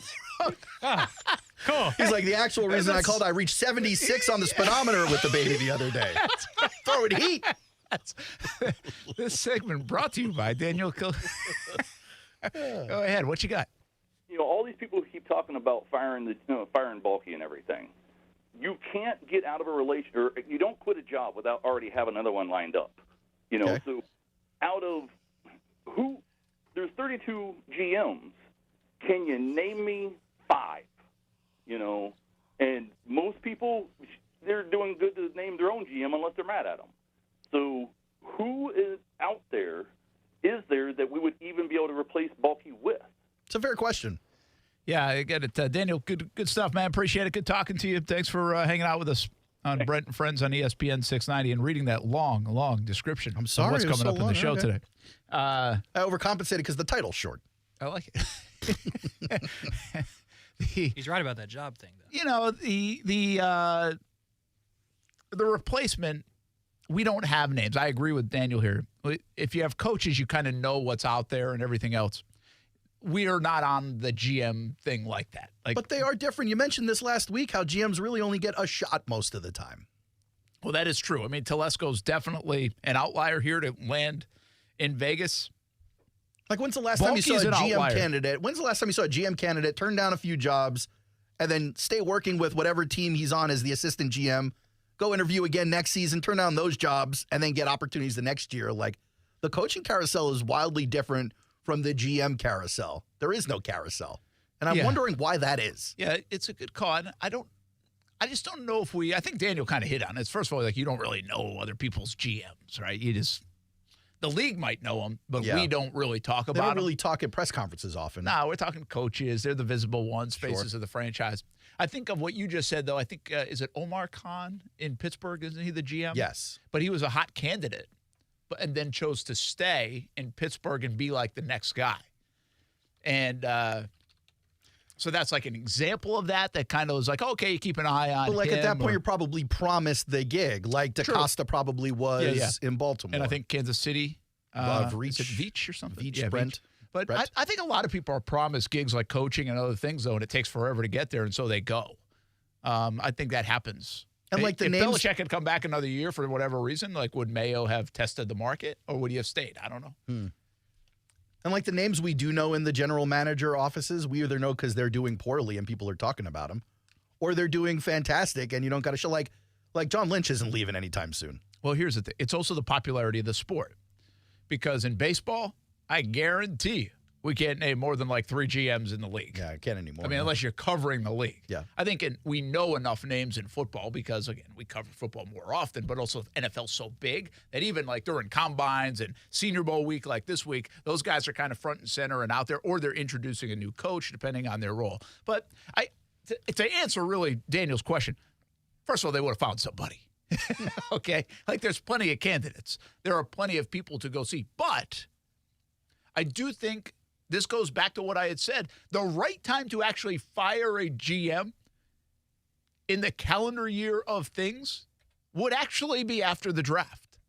Yeah, it feels that is the time to do it. It does feel counterintuitive, though, because if you're out on the guy, if you don't want him in the organization, I get it. to allow them to choose the future seems I get weird. why it happens when it does, Yeah. but the opportune time to do it would be then. I think this is what Daniel's getting at. If the Jags are going to fire Balky next year, like if does Schott have a drawer full of names for the GMs? I feel like he does for coaches. You got to imagine he does. I guess, but Or I don't maybe know he's if it's got- as deep to his point, to Daniel's point. But maybe he's also got guys like Coughlin or other guys he respects within the league who he That can have a list. build that Rolodex with. Yeah, that's fair. I also just don't know, for whatever reason, if the Rolodex or the depth chart of GMs is long. It feels like there are plenty of coaches out there. Because when you're picking coaches each year, you're picking from a tree. You're picking from OC, DC, or another head coach that's already been out there, fired, moving on, coming up. You got the college game to pick from. When you're talking about GMs, I mean, what are you picking? A current guy, a fired guy, or an assistant? A scouting executive who hasn't even had a shot, yeah. Yeah, I mean, I got to believe it's going to be an assistant or a guy that's already there or a guy that's failed. I mean, That's not what Washington did. Who'd they get? From the Golden State Warriors, didn't they? Oh, yeah, that's right. They brought over. Yeah. See, I like that idea. Do you? Get, Theo Epstein, baby. yeah, we always say that about Theo Epstein. And I know it sounds crazy, but I just think It's different. I like different. It is risky. yeah, I think there's a sense. I want to talk Trevor here in a bit too, but this brings up is there a possibility at times, Balky particularly, and I don't know everybody else's mannerisms or whatever about the game, but I didn't sense like, let's just take the 2 most recent guys. Dave Caldwell was like this in Jacksonville. Balky seems too hands-on in football. It's like I don't want to say he knows that much more than the next guy about football, but it's like there's a genuine sense about Balky, like that he wants to call plays. I don't know about to go that far, but he wants to go coach a drill. And that's been a thing. People have said that for a while. He's always on the practice field. And I was like, well, does it matter? I'm not even telling you it matters. I'm just telling you it's a little bit different. Like, I never sensed like Dave Caldwell, when he was the GM, wanted to go run a drill. He was very felt like he was in the back office looking at the board, scouting, watching tape. And I'm sure Balky's doing that too. I'm just saying he feels very football-y, that you would almost associate with a coach. Yeah, I would assume that the guys who do that, because a lot of GMs are out there on the practice field. No, I get it. I'm not knocking that as much as other people do. I would assume the guys who do that are just guys who come from the scouting department. And they're used to being out on the field and watching players, and that's how they inform themselves sometimes. Yeah, but they're watching players. They're not necessarily that hands. I don't know. I just get it's more of a feel thing. I don't know if it's a reality thing. It's more of a feel that he just feels more involved. I think GMs usually feel like pencil in the ear underneath counter the cap, kind of deal. Yeah, like not necessarily suited up, but more suited up. Well, this is interesting to me. You've had 5 GMs in the history of the franchise. I would love to see a power ranking from people like Kasey or Jaguars fans on those general managers. It's hard to quantify because you haven't won a championship. They're all not going to get great grades. Yeah. But that being said, like you would assume Tom Coughlin grades out better than Gene Smith. Yeah, I would say. That's easy. But if you're putting Coughlin, and maybe you're not. I'm assuming you're putting Coughlin on top of the list. I mean, Shaq Harris has a similar record as GM, but is not known for as much success. It's kind of weird to me. Yeah, I think what happened with that whole regime, it seemed like at times I was coming in late on the Shaq Harris part when I first got to Jacksonville, but also toward the end of the Jack Del Rio part. And I think what you realize a little bit, Shaq Harris made some major mistakes in that stretch too, but it just feels like I think that whole thing got a little stale, especially with Jack. But at the end of the day, in hindsight, it's like Jack was a way better coach than people wanted to give him credit for. And it was better than where it went. Yeah. Right? And so there was a lot of that. And then even with, Gene Smith, bless him, man. I think he wanted this organization to win more than anybody that's ever maybe stepped foot in that building. And he just was bad. Like, it was bad. And there's no other way around it. Caldwell worse? No. You get the 17 year from Caldwell, but the record. Look at the 19 draft all of a sudden. The record from 13 to 20 is. I know the record's awful. Not great. And I think people are starting to realize. And you're not over 300. I think you look at the talent acquired by Caldwell, and I think it is better than people think from a field perspective. And then you start looking up some of those numbers, and I know it didn't work out, whether you want to blame the coaching staff. I really put that all on. I think the construction of the team was not as strong as the individual of the team. And my assumption is that's a hard thing to measure and get, but I don't think he did a good job of it. I think Bulky actually did a fantastic job of that last year. The construction of the team, what they put together in that locker room, the resilience of that football team to do what they did to go to the playoffs, we applauded that. Like, I can't take that back. We applauded that. I don't think that was the reason that same makeup of the team was the reason they collapsed. I don't think. I don't know. But I think that construction of the team, these are all things that we talked about. These are intangibles, kind of subtleties that a team like the Chiefs has in their DNA, or Baltimore looks like they have, but why didn't they win? San Francisco, all these good teams. So I think that part was where I think Caldwell missed. I think he admitted to it early on, where he got rid of good players like Darryl Smith that were older because he wanted to reset the lineup and reset the roster so young. And anybody that touched or sniffed near 30 years old, it's like, see ya. But you need some of that in hindsight, right? You needed some of that veteran presence to help get the transition, and I think they misstepped, and I think he admitted that. So, but if you look at some of the talent that Caldwell drafted, really a lot of talent. Sounds like you're putting them in third. He actually found some really good, I would say, diamonds in the later rounds. Missed on the first rounders. The first rounders weren't good enough, and not total misses, but not good enough. Whereas this organization the last few years has actually done a lot better job of first rounders. Now, I say miss, but he is part of that 19 draft. As you start to look at it, that 19 draft, I think Josh has people like Quincy Williams named All-Pro. Gardner Minshew just named to a Pro Bowl. And actually, for a 6th-round pick, you've got a lot of run out of Minshew across the league. Yeah, sure. So there's some nice success stories there. So it sounds like you're going Coughlin, Shaq, Caldwell, and then Gene Trent to be determined. I think Trent has to be above Gene. But the story's not done. I'd have to dig deeper on Shaq versus Caldwell, but I think the record will say that for sure. Yeah. Did the roster say that for sure? Maybe it did. Shaq had a winning record. Yeah. So, yeah, I think you'd have to go that way. Which means we're trending the wrong way. No, the wrong way is why I'm asking, yeah. The story's not done on Trent, but if you've already got him down at the bottom, it's not good. But Trent definitely ahead. He brought him to the playoffs in the first year as a GM. Did he? Well, he helped. He did. You got to give him credit for that. For helping. Yes, sure. We'll be back on ESPN 690.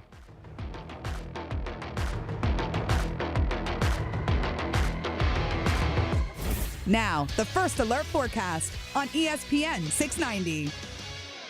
Partly sunny and breezy today with highs in the mid-60s. Chilly tonight, dropping into the upper 30s, and mostly sunny and cool tomorrow. Your Thursday high temperature 60 to 65. I'm Chief Meteorologist Mike Burrish. Join me today beginning at 5 p.m. on CBS 47 and Fox 30 Action News Jax. The Weather Center is brought to you by Beard's Diamonds, proud to offer a huge selection of both lab-grown and natural diamonds at the lowest prices guaranteed. Discover how good your water can be with a new Connecticut softener and drinking water system. Connecticut's twin tank non-electric softeners are the most efficient softeners available, and their drinking water systems remove up to 99% of contaminants. We know that at our home. You can find out as well. This month, you can get 50% off a Connecticut K5 drinking water system with a purchase of a Connecticut Premier Series softener. The experts at CGC Water Treatment and Plumbing will test your water for free and determine your water score. Don't know your water score? Well, CGC will find out and recommend the appropriate Connecticut water treatment solutions to improve it. The higher your water score, the better your water. Call 904-552-1242 or visit cgcwater.com. That's 904-552-1242, cgcwater.com. Financing options are available with approved credit. CGC Water Treatment and Plumbing are proud partners of the Jacksonville Jaguars, and I'm a proud customer of CGC Water Treatment and Plumbing, an authorized independent Connecticut dealer.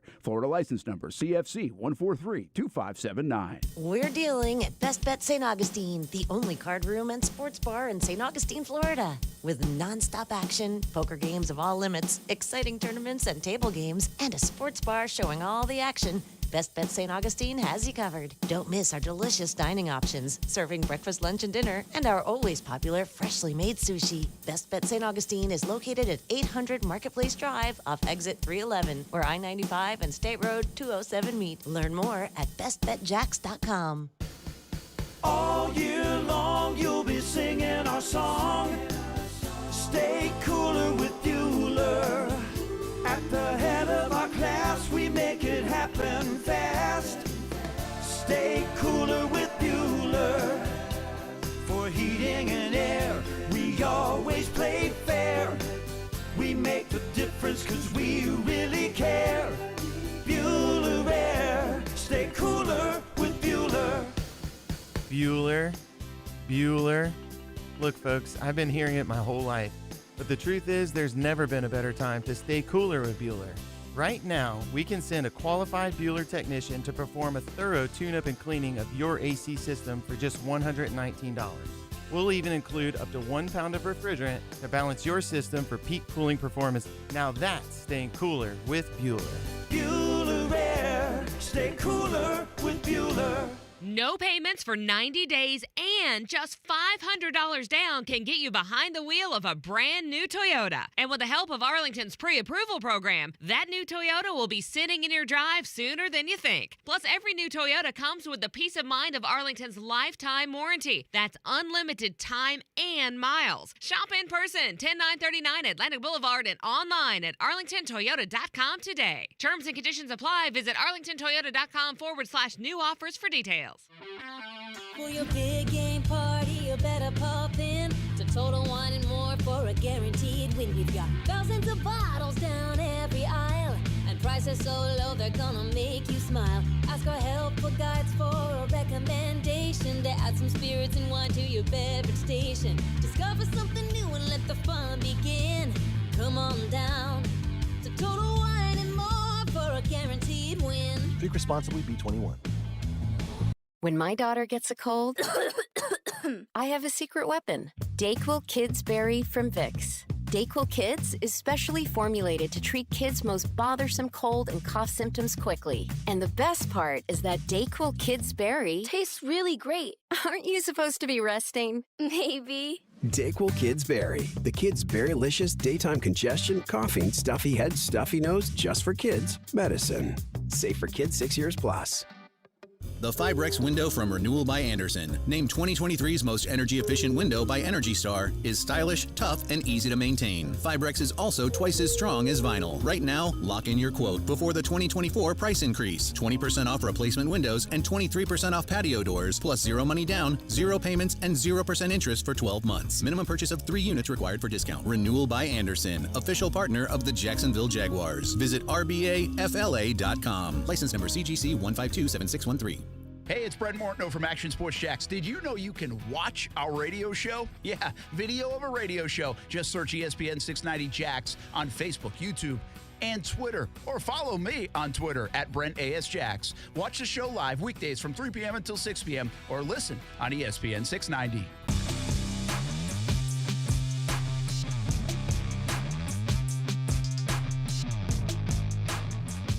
So I was looking at the free agents, guys. And I don't know if any of them that people want are really going to end up being available. Right? Like, isn't that the way it happens every year, though? Does, you see these big, like Josh excited. Allen is a big name on this free agent list, but no one's going to get a crack at him. Yeah, who are the top free agents? And T. Higgins comes to mind for me. I'll give you some names here. Duke Tobin, by the way, is the director, Bengals director of player personnel. This article that you brought to the table says he was considering trade. He was steadfast about his refusal to consider trading T. Higgins. Remember that. He was like, we're bringing everybody back. Yeah. Joey B wants it. Well, today he's like, we like Jamar. He's in our long-term plans. He's a high-level player in this league. We want to keep those kind of players on our team. Tobin said, I want T. Higgins back. Everyone on our team would like T. Higgins back. There's a pie, and there are things we can do and can't do because of it. We'll see. Yeah. But the headline reads, I want T. Higgins back, but the pie is only so big. Yeah. I mean, I think the headline's a little more dramatic than what he said. Well, no, I actually think that's a great way to, because if he wasn't preparing the fan base to lose T. Higgins, he would have stopped at, I want T. Higgins back. Full stop, period, done. But instead, he did put the little disclaimer on the end of there. Oh, the pie's only so big, fellas. Chris Jones. That was a name last year that was going to be a free agent. No one got to sniff him. What do you think this year? I think he goes. He's got a new team. Yeah. Then you got Josh Allen, ranked number 2 as far as free agents go this offseason. He's not going anywhere. No. Kirk Cousins, ranked number 3. Bulky. He's not. Kirk Cousins, ranked number 3. I don't think he's going anywhere. You know, it certainly looks like that's a manageable deal if he's looking for like 2 years, $90 million. I mean, really, $45 million seems like crazy. But is he even looking for that much? I thought he was looking for less. I think I read $45 million a year, $90 million guaranteed. The reality is you're only doing it to keep Justin Jefferson. Whatever you got to pay is what you got to pay. And what are you going to do better, right? What are you going to do better? Ravens, Sackmaster, Matabuke. Yeah, so this was the one that was interesting because a lot of people love the idea of this. 26 years old. He ain't going anywhere. And it sounds like they're going to tag him. Yeah. Well, you can't give him the full deal because this is the first year he's really been a big factor on your team. But how are you walking away from 13 sacks? No, I don't think they are. And 5.5 in 2022. So I think they feel like they're going to keep him. Christian Wilkins on the Dolphins, he's not going anywhere. No, I think he's the one that could go. Really? Not the one, but I mean, he could go. He's like one of the best players on that defense. Yeah, I feel like they've got a couple of things, and I'm pretty sure they tried to get a deal done last year at some point, or flirted with it and couldn't. And so I didn't realize how versatile he was till I watched Hard Knocks. He plays like 3 positions. Now, maybe they will. Maybe they will figure it out. But I feel like I've read some stuff out of Miami that indicates that he won't. Brian Burns feels like one of these guys who could go. But then again, he also feels like one of these guys we're all sure is going to go and then ends up back with the Carolina Panthers. Well, the latest I read on this one was out of Carolina that even though he only had 8 sacks, which was a disappointing year, they're going to make sure he stays. Like he's part of the puzzle piece, the building block, everything else, which makes a lot of sense. By the way, it would feel kind of dumb to get rid of one of your only good players. Yeah, his 21.7% pass rush win rate ranked 7th in the NFL this year, despite the lack of sacks. So, yeah, I don't think he's available. T. Higgins, we just talked about. So, T. Higgins, this is interesting. A lot of people in Cincinnati kind of feel like he can come back. You can tag him if you need to for one more year. You can get something done. I think Burrow's money doesn't kick in until 25, like the kind of money that really puts you on the books. So this is a good window to at least get another year out of T. Higgins. So it sounds like that could be a possibility. Higgins, who everybody's like, get them Jags, or he's going to reset the market, or he might not even be able to go. Might not even leave. Tag him, yeah. Well, why wouldn't you? Why wouldn't you keep that together one more year if you could? If you're Cincinnati, I would certainly use the power on that. Burrow's cap hit this year was 19.5, adjusted for injury. Next year is 29.7. So still low, relatively speaking. Yeah, again, it's you said next year, meaning 24? In 2024 is age 28 25 year. is the year where it gets like silly. 25, it's 46 and a quarter. Yeah. We moved to Donnell Hunter, who was also one of these names this year as trade bait because he was going to be a free agent after the year. And they never got a deal done, right? They didn't. They've got guys on that team. They've got guys on that defense. I don't know that they retain Hunter. He's only 29. Yeah, Hunter and Jones are interesting because they're about 29, 30, 31 years old. 16 and a half sacks this year, ranked 5th in the NFL. Those two are good. 54 pressures, 23 tackles for a loss, 4 forced fumbles. Obviously, Jones played more inside. But, yeah, it's I like those guys. I think Hunter could go based on what was going down. Yeah, me too. But so it's funny. I feel like the defensive guys, Hunter, Jones, and Wilkins, are probably guys that do go. You know, it's interesting. I feel like Hunter goes because their defensive coordinator is so good in Brian Flores. He actually got that defense to perform well all around, so they can afford, I think, to move on from Hunter. But, man, to lose him for nothing is rough. Yeah, and maybe for that they won't. But if they're going to give, let's just say they have to give Kirk Cousins, and they do that to him, and it's like 2 years, $45 million each year, and it's guaranteed. He might be a casualty. That's going to probably hurt trying to do a deal with Hunter. Number 9 on this list belongs to the Bears. Great cornerback by the name of Jalen Johnson. Not going anywhere. You don't think so? No. Young guy, 25. He's good. No, he's really good. Poles has already said, he's basically said what Bulky said about Josh Allen. Another guy who had a tremendous season, a little to our south and west in Tampa, Antoine Winfield, 26 really years old. good.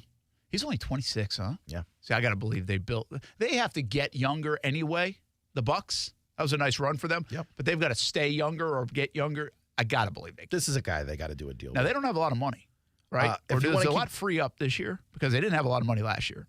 Yeah, money frees up, I'm pretty sure, because Evans is off.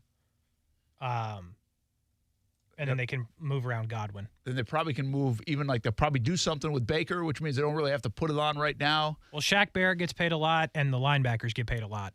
And I'm not saying Levante David's not good, but he's getting older. So I mean, that was Levante David and is it White?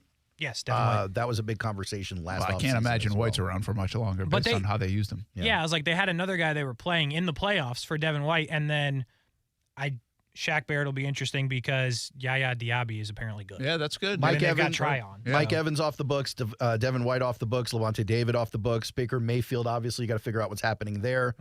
And then that's it for the big games. Yeah, so they can sign Winfield. They'll get rid of all those guys except for Mayfield, I think. And I think that's the right move. I think Evans, they might try to keep Evans just to kind of pair it up with Mayfield. I actually think it's a good time to move on from a guy like that at his age. But maybe they'll tie some money up. He's been a lifelong. And speaking of Evans and Mayfield, they're part of this next group, 10 to 20 or 11 to 20, where you go, these guys on some other year that's not this year would maybe be headlining the list. A guy like L'Jarius Sneed, 27 years old, playing corner for Kansas City. Well, yeah, I think he's a headliner for me. Do you think Kansas City allows him to leave? They've got work to do on that roster. What's interesting, I think, in Kansas City is, do you let a guy like that walk and put more of the dollars to help out Mahomes? You might have to replace Kelsey. You got to replace Jones. 10 picks, 6.5 snacks. I'd take 6.5 snacks right now. Let me stop you at there for a second, especially with the Chiefs in the Super Bowl, because I've had this thought in my mind, and you guys can tell me I'm crazy, because I think I am. What's a bigger deal for the Chiefs, a bigger blow next year? Losing Jones or losing Kelsey? Kelsey. Jones was amazing this year, but you got to wonder how long he can keep it up with his age. And I know you could say the same thing about Travis Kelsey, but Kelsey has shown you he is ageless, especially in the playoffs. Also going Kelsey. And the offense doesn't exist without Travis Kelsey. The defense still has some pretty significant players on it without Chris Jones. I got to tell you, though. He's important. I'm not saying he's not. I think he is. I can't help but think of how, if you could give me a player in the National Football League this year to put on the Jags on each side of the ball on defense, I think I would pick Chris Jones.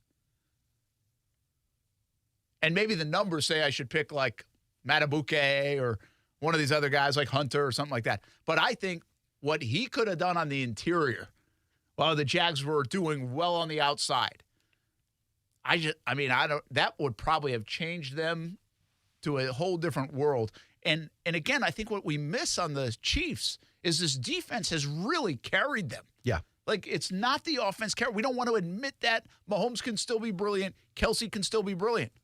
Fully understand it. This is not an offensive juggernaut in Kansas City. This is not the team that a couple years ago was throwing 50 touchdown passes with Mahomes and 5,000 yards. This is a defense-first team, also aided by a very good running back and underrated running back in Pacheco.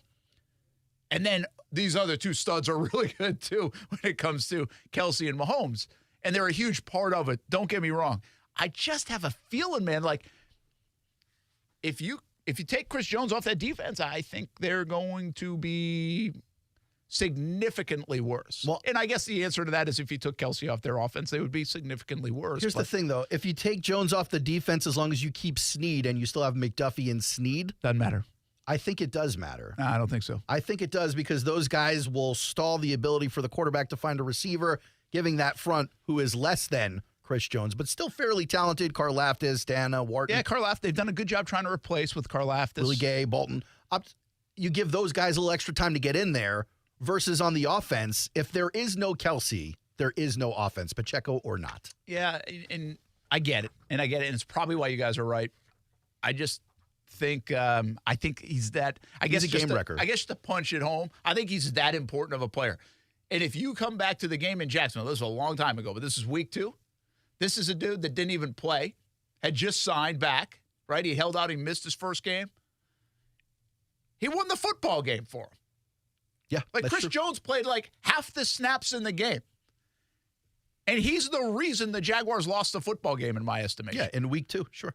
I mean, it was week 2. But like you said, Kelsey might have been the reason they won the football game last weekend. Week, right? Yeah. I get it. Casey, I do think that highly of Jones. And I think, man, if you've got to find that guy, whether it's Matabuke, whether it's Wilkins, whether it's Jones, like the Jags need dominance on the interior. We've had so much focus on the outside, the edges, get sacks. Will Trayvon be better than Hutchinson? Is Josh going to have double-digit sacks? What this team really had when they had Calais and Jan was a guy like Marcel Darius and Malik Jackson, and those guys were awesome on the interior. The Jags are not good enough on the interior. I thought they'd be better. Obviously, the organization thought they'd be better, but the Roy Robertson-Harris, the Devon Hamiltons, the Foley Fatukasi's have not got it done to the extent of what you need to be dominant up front. Case, how do you feel about this? $30 million a year on Chris Jones, or like $12 million a year on Robert Hunt from Miami? He's a guard. Yeah, that would be interesting. I think people would take the. I would. The guard. I would take him. 89.6% pass block win rate this season. He can also run block as well, fits multiple schemes. He can climb as a zone blocker to place defenders on gap concepts. This was what you were missing on offense this year. Yeah, we'll take the guard. 2 of them, preferably. I can find you another one on here. So if I go pick one, Chris Jones or the best guard on the market, which is Hunt. Is it? Yeah. Welcome to Jacksonville. Robert Hunt. And while we're out there, let's go over to Detroit and grab Jonah Jackson, who's a guard over there. Welcome to Jackson. Isn't he young? Is he 27, free agent? Oh, he is a free agent. At 27? 93.2% pass block win rate this season, which, by the way, the team pass blocked fine. Bro might give you 10 more years. Give him the franchise. 8-year deal for a guard. Has that ever happened? No. You know, the only curiosity I have, I think he played a dozen games this year. But I don't know if he has some injury history. They're so good everywhere else. Does that make the other guy better? What about Kevin Dotson on the Rams? He plays guard. We'll take him. Big time run block win rate and pass block win rate, although he really didn't show up statistically until after being traded from Pittsburgh. No worries. Kyron Williams ran for like 1,200 yards, so clearly they were blocking somebody. They did have a great run season. Also, Robert Hunt, 330 pounds. Oh, we'll take him. Yeah, ESPN calls Kevin Dotson a phone booth brawler. Yeah. I like that term. Yeah. But, you know, this is what we were talking about us needing in Jacksonville. Some nastiness on that line. Yeah, and I think if there's something available, the Jags do have to go there. I lean the way you guys went, too. I think Chris Jones could be so good on this defense. Mm-hmm. It's what you need in the interior. But I think more important is the ability to get a yard, the confidence to get a yard. You have to get a yard when you need a yard. You have to get a yard when you don't even really think everybody knows you're getting a yard, and the Jags still have trouble with that. I think that's really, again, we go to the power game. The number one fix is you cannot go into another season. You cannot be in week 3, week 4 and saying, we still can't figure out how to run for a yard. We still can't get 3rd and 1. Like, it just can't happen. Your offense should be better. Your offense is too good to not be able to get a yard. And so if it takes 2 of these guys in the guard position, go get it, whatever it takes, but make sure you hit. And those guys seem like you're going to hit. Yeah, for sure. It's just amazing to me, like, of all the things we've begged for in Jacksonville over the years, a freaking guard has not been it. Like, that's not it. Yeah, I don't think everyone's getting lit up about a guard, but, like, you need it. Well, it's a guard and center. I think they take the center right now. But honestly, I really think like a road grader guard might even be more important than the center. I don't know if that's factual. I might just said that. Correct myself. But I just wonder if that guy plays better off when you don't have inconsistent play at the guard position. You know, you just don't know how that puzzle piece fits together, but you could see it working that way. By the way, Connor Williams from the Dolphins plays center. He's also up this season, 27 years old. We should just invite all the Dolphins offensive linemen and defensive linemen. Are they going to bring them back? Because they kind of need them to protect too. They really do, right? It didn't look good at the end of the season when none of them were healthy. Brent and Friends on ESPN 690. Brent and Friends is sponsored by Best Bet, now open in St. Augustine. Here we grow again. Terry Norvell here from the Young and Norvell Show, announcing our new expanded hours as we are now on weekdays from 11 a.m. to 1 p.m. That's right. You now have a standing lunch date with me and my broadcast partner, former Gators basketball star and current SEC network analyst Patrick Young, every weekday for 2 solid hours from 11 a.m. to 1 p.m. on ESPN 690. You supply the lunch. We provide the most compelling sports talk in town. Find out for yourself weekdays 11 a.m. to 1 p.m. Catch the Young and Norvell Show on ESPN 690. Have you seen your financial freedom wiped out by stock market volatility? It's Rich Jones. Consider investing in real estate funds from DLP Capital. Don Winter is CEO and founder. DLP Capital has provided our investors with consistent double-digit returns by investing in cash-flowing residential real estate. For more than a decade, we have had 0 losses, little volatility, and have shot above our return targets in all of our investment funds. Plus, we offer monthly distributions and tax shelter opportunities. To get your investor's guide and learn more, dial **invest on your cell phone or visit highyieldreturns.net.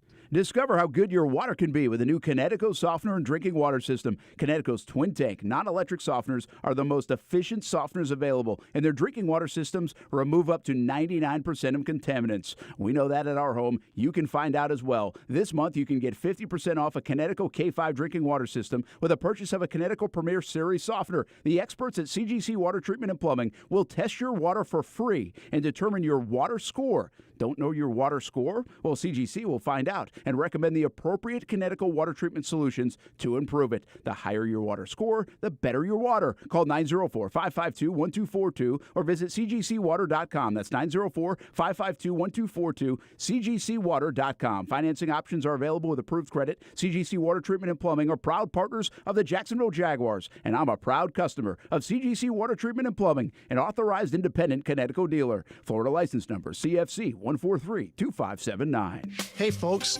now that the kids and grandkids have gone home and the decorations are coming down, I can see that it's time to get my carpets and sofas cleaned. That's where Zero Res comes in. Zero Res can clean the carpets, the sofa, the chairs, the area rugs, and even the tile and grout. Google Zero Res and see what your neighbors are saying with over 5,000 5-star customer reviews. Right now, get 20% off carpet cleaning and 20% off upholstery cleaning. Zero Res spelled forward or backwards, it's the right way to clean.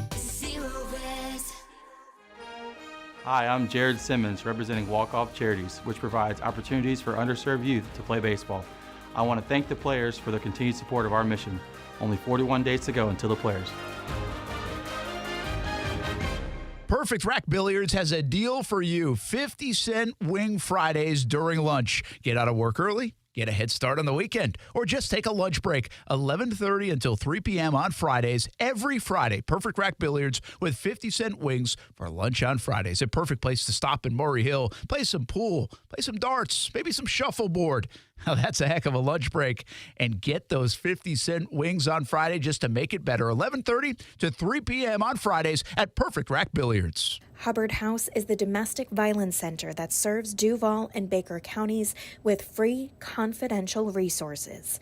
The 24-hour hotline is 904-354-3114. Start the year with a new or used vehicle at Nimnick Buick GMC. New year, new truck. There are trucks, and then there's the truck, the GMC Sierra. I love mine, and you can save up to $10,000 off select new GMC Sierra 1500s and enjoy rates as low as 0.9% APR financing. Try a Terrain or Acadia with rates as low as 1.9% APR for well-qualified buyers. Used car? Well, try the Car Bravo program. Nimnick certifies all makes and models. NimnickBuickGMC.com or the showroom off Phillips Highway. GMC. We are professional grade.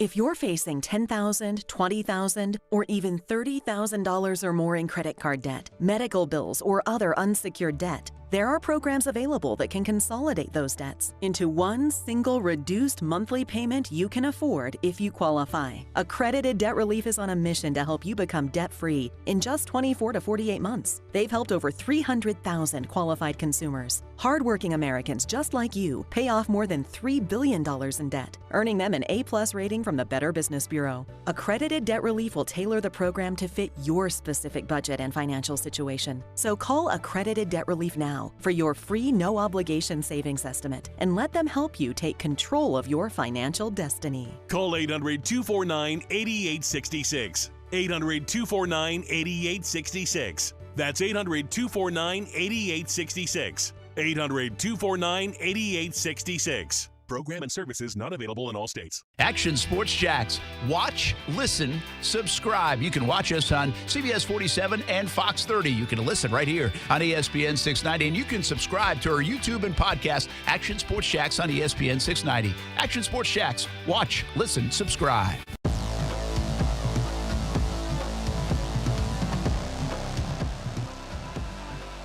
I'll tell you one thing about the coaching cycle. These guys make their money, get paid. Bobby Slowick staying.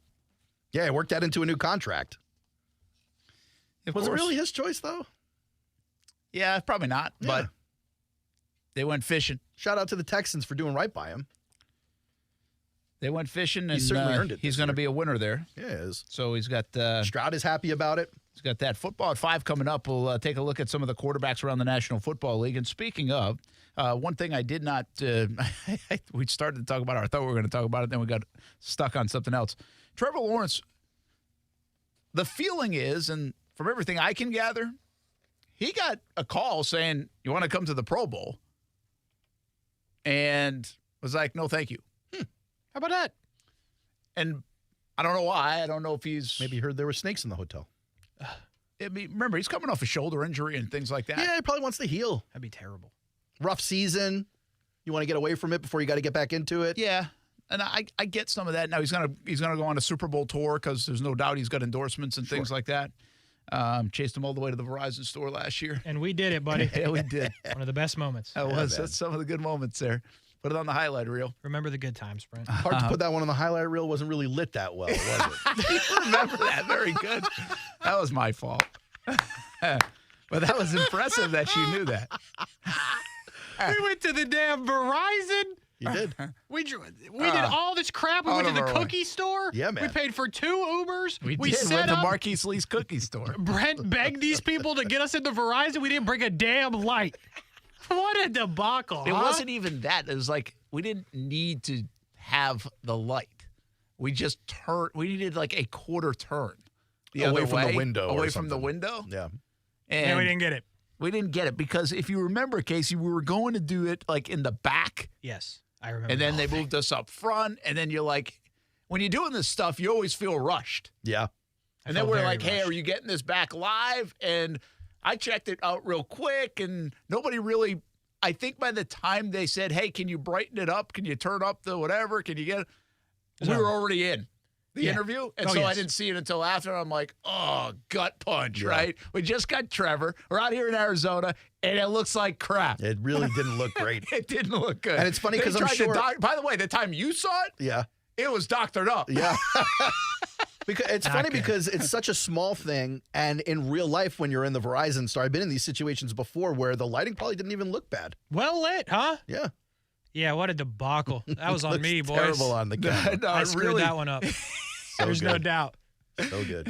It wasn't on him. Like, I like that he kind of owns it a little bit, but really, like, we knew he was just holding the camera. He had no idea what he was doing. You got an idea. No, at that time, you really didn't know. You didn't know what you were doing. You were just like, hey, how's this look? Yeah, great. I even peeked over. I remember peeking over at him. I was like, yeah, I think that looks okay. Oh, it was a collaborative effort. And then I went and got glasses when we got back. I thought it looked fine. I could see Trevor. He was in there. Like, so there's a wall, right? There's a sidewall Verizon, which actually had like monitors and stuff. So there's some, some of that glare and light coming off. And then we're back toward that, and the light, I mean, it's a whole glass window. It's a store, right? So if we just turn Trevor, like from here at 12 o'clock to 10 o'clock, yes, we're golden. Could have used the light to your advantage. Oh, the didn't happen. Golden locks of Trevor would have looked very good on Action News Jacks that night. I knew it was a debacle because, again, I didn't really understand it was terrible. Looking back on it, it was pretty bad. Oh, so bad. Terrible. I just came up. The worst, Brent. Actually, I feel terrible still. You have it pinned on your thing, don't you? Do you have it pinned on your Twitter? Hell no. Are you standing on business on Twitter? No, that's on the ESPN Twitter, actually. Oh, that's on ESPN Twitter. We're proud of it. Might need login credentials. Nah, that was the doctored up one. I have the login credentials for a couple more days. That was the doctored up one. So which still doesn't really look good. Doesn't look very good. Really didn't. So here's the debacle was as soon as we got done and Brent's like wrapping stuff up, I pull out my phone. I'm like, oh, we did it. Because we were feeding it back also radio. Yeah, we were like live. I had like 4 things strapped on me. I had no idea what they were. That's so good.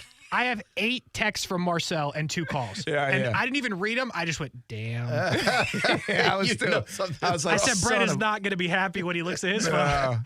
I was not happy with you, though. I was not happy because I couldn't believe it. I was like, you moron. I should have known better. What a great opportunity. That's my biggest takeaway from this. Interview sounded great on the radio. Boy, didn't it? Didn't it? Crystal the audio clear. worked. Listen, you got to start somewhere. Sure. At least we have audio. If you're going to mess one thing up, you got the audio of the interview. That's how you know you're doing well in life. You're just worried about moral victories all the time. We did it. We did it. Listen, man, that was the 49ers against the Jags. So we'll take the field goal at the end and avoid the shutout. At first, I was like, Jags are in the Super Bowl? What are you talking about? You damn right. Take the field goal. We had him on. No, Trevor. So even if you were hurt, would you go to the Pro Bowl, though? Because it's a notch in your belt for down the road on the resume. Now you don't get credit for it. You also get a bonus from it. Yeah, I don't think he cares about the money. I've told you that. Everyone cares about the money. 2 straight days talking about Trevor's pockets. Nice. No, but I do like two Pro Bowls in his first 3 years would be. That's a big deal. That's a good negotiation ploy, isn't it? Sure. You think Trevor's type of dude where he's like, you know what? I don't think I played well to go. Played well enough to go. If there was a guy like that, it'd be him, right? It'd be him. Yeah, I just I'm don't not know saying that that's what it was. I'll tell you what. I don't think Gardner Minshew's sitting here apologizing today. No, heck, bro's excited. Gardner just did a GoFundMe for gas. He can't wait to go. And he should be excited. Football at 5 coming up next.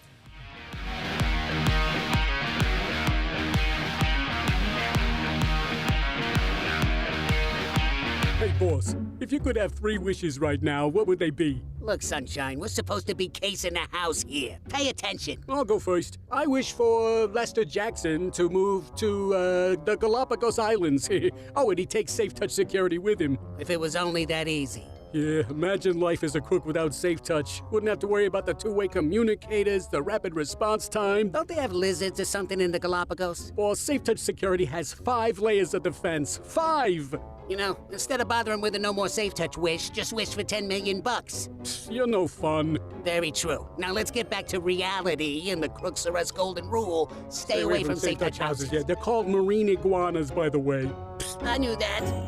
Crooks know to stay away from Safe Touch houses. Hi, I'm Lester Jackson, the Safe Touch security system. No one beats our technology or our price. Right now, get up to 50% off security packages during this once-a-year deal. Call 888-723-8682 or go to safetouch.com. State license EF200001945. All year long, you'll be singing our song. Stay cooler with Bueller. At the head of our class, we make it happen fast. Stay cooler with Bueller. For heating and air, we always play fair. we really care. Bueller Air, stay cooler with Bueller. People ask me sometimes, is it really cooler with Bueller? You see, here at Bueller, we really believe in creating an awesome work environment, and we treat our employees like gold.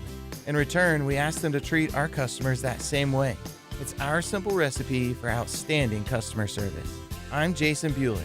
If you want to experience the Stay Cooler with Bueller level of service, give us a call today or visit BuellerAir.com. Bueller Air, stay cooler with Bueller. Live from the Anajar and Levine Studios, Anajar and Levine Accident Attorneys. Call 1-800-747-FREE. That's 1-800-747-3733. WOKV Jacksonville. Listen live everywhere you go on ESPN690.com. ESPN 690, Jacksonville's home for ESPN Radio.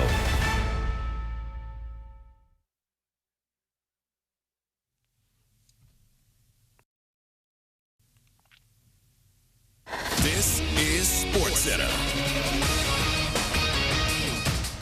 I'm Christine Lisi. The Seahawks, the latest NFL team to fill its head coaching vacancy. ESPN's Adam Schefter reports they've agreed on a 6-year deal with Ravens defensive coordinator Mike McDonald. The 36-year-old will be the NFL's youngest head coach. Washington's the lone team left with a head coaching opening.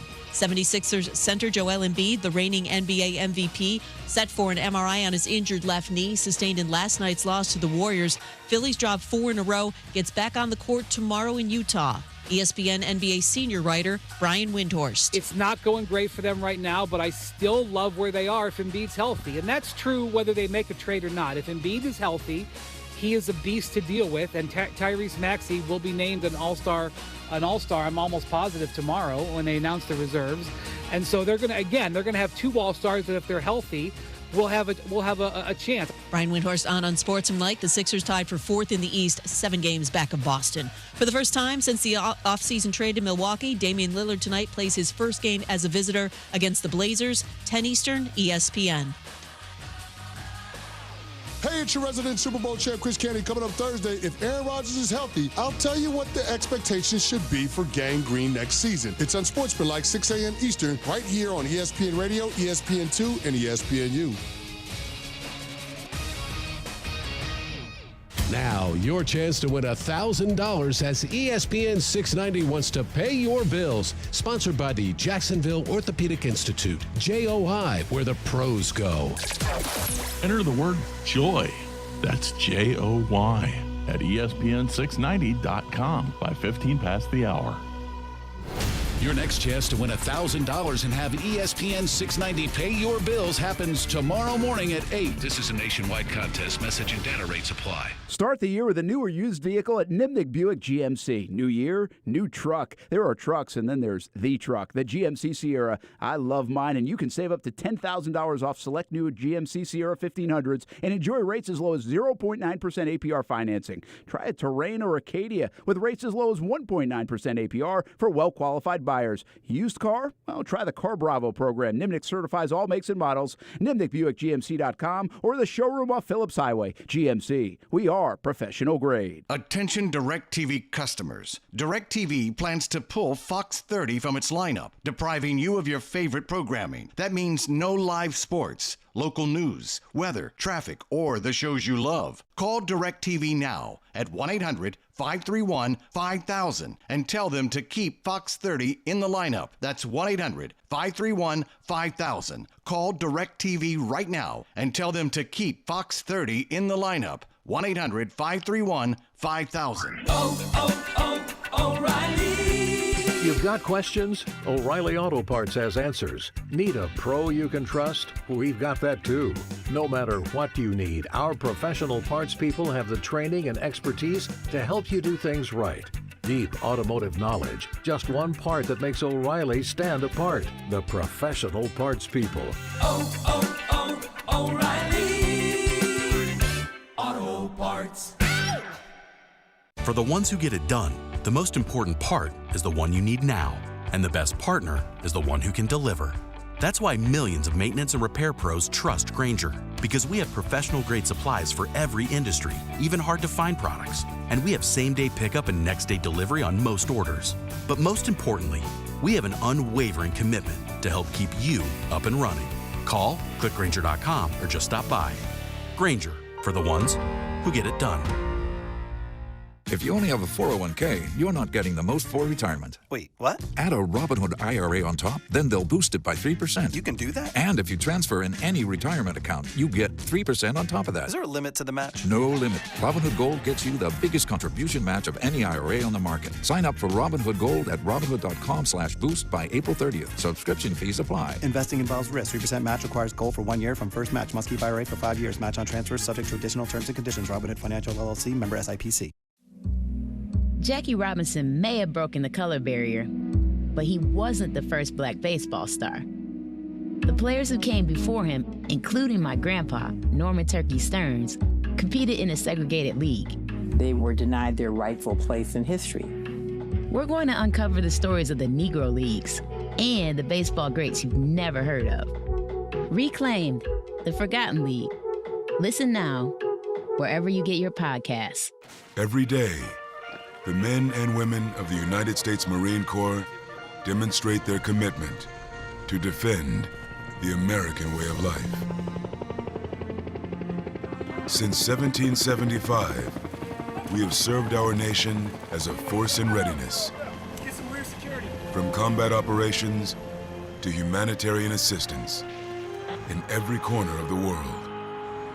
No matter where the mission takes us today, or wherever our country needs us tomorrow, we always remember the land we call home. As Marines, we take a stand for each other, for our nation, for us all. The few, the proud, the Marines. ESPN 690 and Action Sports Jacks presents Brent and Friends. Today is one of the worst days that I've had in a long time. We're getting a little punchy around here, people. It's been a lot in a row. I would love to punch you guys. Ow! Ow! It really hit me. Brent and Friends with Brent Martineau, Aaron Schachter, and Kasey Kuhrts. Jacksonville's home for ESPN Radio. ESPN 690.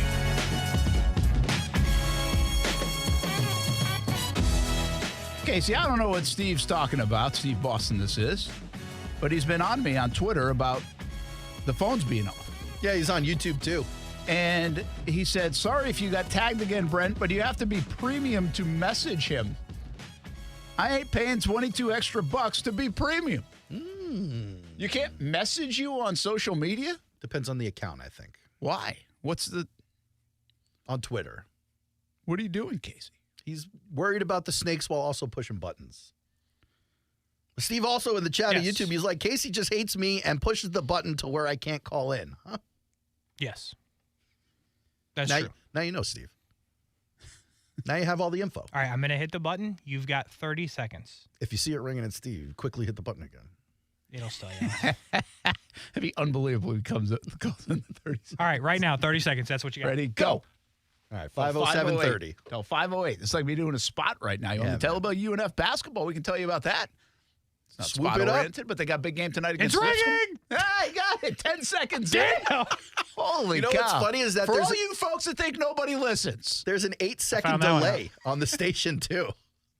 So he's just sitting there, fingers on the trigger. Steven, you did not win anything. No, he won life by being on the show. Back to UNF, by the way. Swoop it up. Hey, we're going to be emceeing their Blue and Gray Bash coming up on February 17th. We'll be at UNF Arena, so check that out. Doing a little mic work there that night? Doing a mic work, yeah. All right. I got some events coming up. I'm doing an event, Players Championship weekend. What's that? That's for Len Matisse. Ooh. On a Saturday night. Looking forward to that. So, yeah, we got some things in the hopper in regards to being out in the community, which we always like to be. UNF, though, plays Lipscomb tonight. If you're looking for something to do, they don't play on Wednesdays very often. 7 o'clock game. JU also at home. But the Ospreys play a good Lipscomb team coming off a loss against Eastern Kentucky. They're 5-2, and they've really surprised people in the A-Sun. But it'll be an interesting one to get back on track, and you don't want to lose a couple in a row before you hit the road once again. So kind of think it's a big game. I'll have the call for that one tonight on ESPN Plus with Parker Smith and Madison Little as well. Does a nice job on the sidelines. Is Steven in? He is. Steven. How do you dial that fast, man?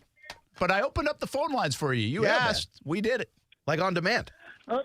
Oh, no, I just thought it was funny. Hey, you have 30 seconds, and then I call. He's like, wow, that's impressive. It was unbelievably impressive. With the delay and everything, I can't believe it. We might send you a hat.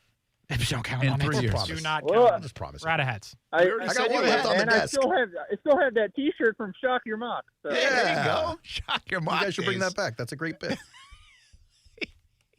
What you got today? Well, besides you guys talking about babies for like 25, 30 minutes into the show. You like babies, Steve. You're out there having them. I know. Listen, you got two choices, man. You can talk about babies, or on the other dial, they just talk about like the Eagles for. Yeah. No. Of course, I have a football question. Is it about throwing a baby like a football? Because we did that. Right. And I wasn't talking about the Philadelphia Eagles. No, not about the Eagles either. But no, we were talking about. You guys were talking about the offensive line. You know, Robert Hunt. Yeah, I would love to have him. The other Connor Williams, I would love to have. Bring it. I don't know if you guys have been watching like the videos or on X or Twitter. I just call it Twitter still. Well, we're here with you. Of like the Senior Bowl pictures and everything or videos that they put out. Somebody spotted Ethan Waugh and Trent Baalke out there, so yay. Well, good. They're doing their job. That's good news. I know, right? But for who's just impressed everybody, and that's Jackson Powers Johnson. That guy is a beast. I wouldn't even mind taking him at 17. I mean, I just want to fix that offensive line to protect our franchise. And I argue with so many people about why have weapons, why get him weapons when you can't block for him. So I'm with Casey. Just get the line situated, get that stout, worry about weapons later. Yeah, man. I'm so over drafting offensive linemen. I'm just so over it. Well, on the Jets, we do it every year. Every year is a first, second, or third rounder offensive lineman. It never works out. So over it. I used to be that way, and now I'm like, you know what? Not a bad idea. Here in Jacksonville, I think I overplayed how good their offensive line could be. Steven, go out and buy one in free agency. Get a guy who's already shown he can do it. And that's fine. I feel you there. That's cool. Steven, have a good night, man. Appreciate you calling in.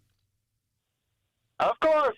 All right. I think we did find out the mystery of Steven's phone just there, though. But he went to Bluetooth. It's when he goes to Bluetooth that it sounds like he's calling from Gary's house.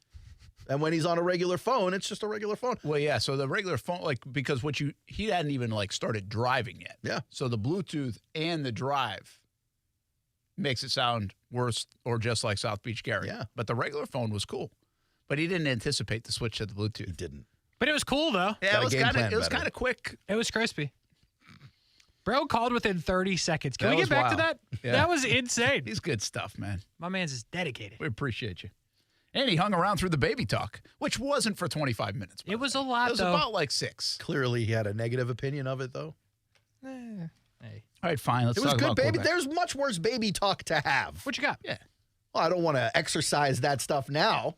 I thought throwing babies was fun talk. Gotcha. For sure. It's safe throwing. Safe throwing. They're wearing helmets. Good catching. Great wearing catching. helmets. You bring a good piece of info today. Oh, look at me. Yeah. I like this one on your good stock paper. What did I bring? Well, get a little bit into from quarterbackville to what else has happened around the league. And NFL Nation did this projected 2024 starter for each team. And I want you guys, we're going to run through. I want you guys to say yay or nay. Okay. All right.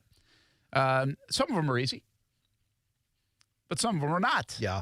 And they get there in different ways. The ones highlighted are the new quarterbacks for next year. Exactly. And by the way, before I saw this projection, I assumed there'd be a lot more changing of the guard this offseason. But I kind of felt that old faces in new places type thing. But I felt that way last year, and it's not the way it turned out. So, but I think, was it last year or 2 years ago the quarterbacks went other places? Oh, it was 2 years ago, right? When the Russell Wilsons, everybody was on the move. And we thought that might become a trend. Yeah.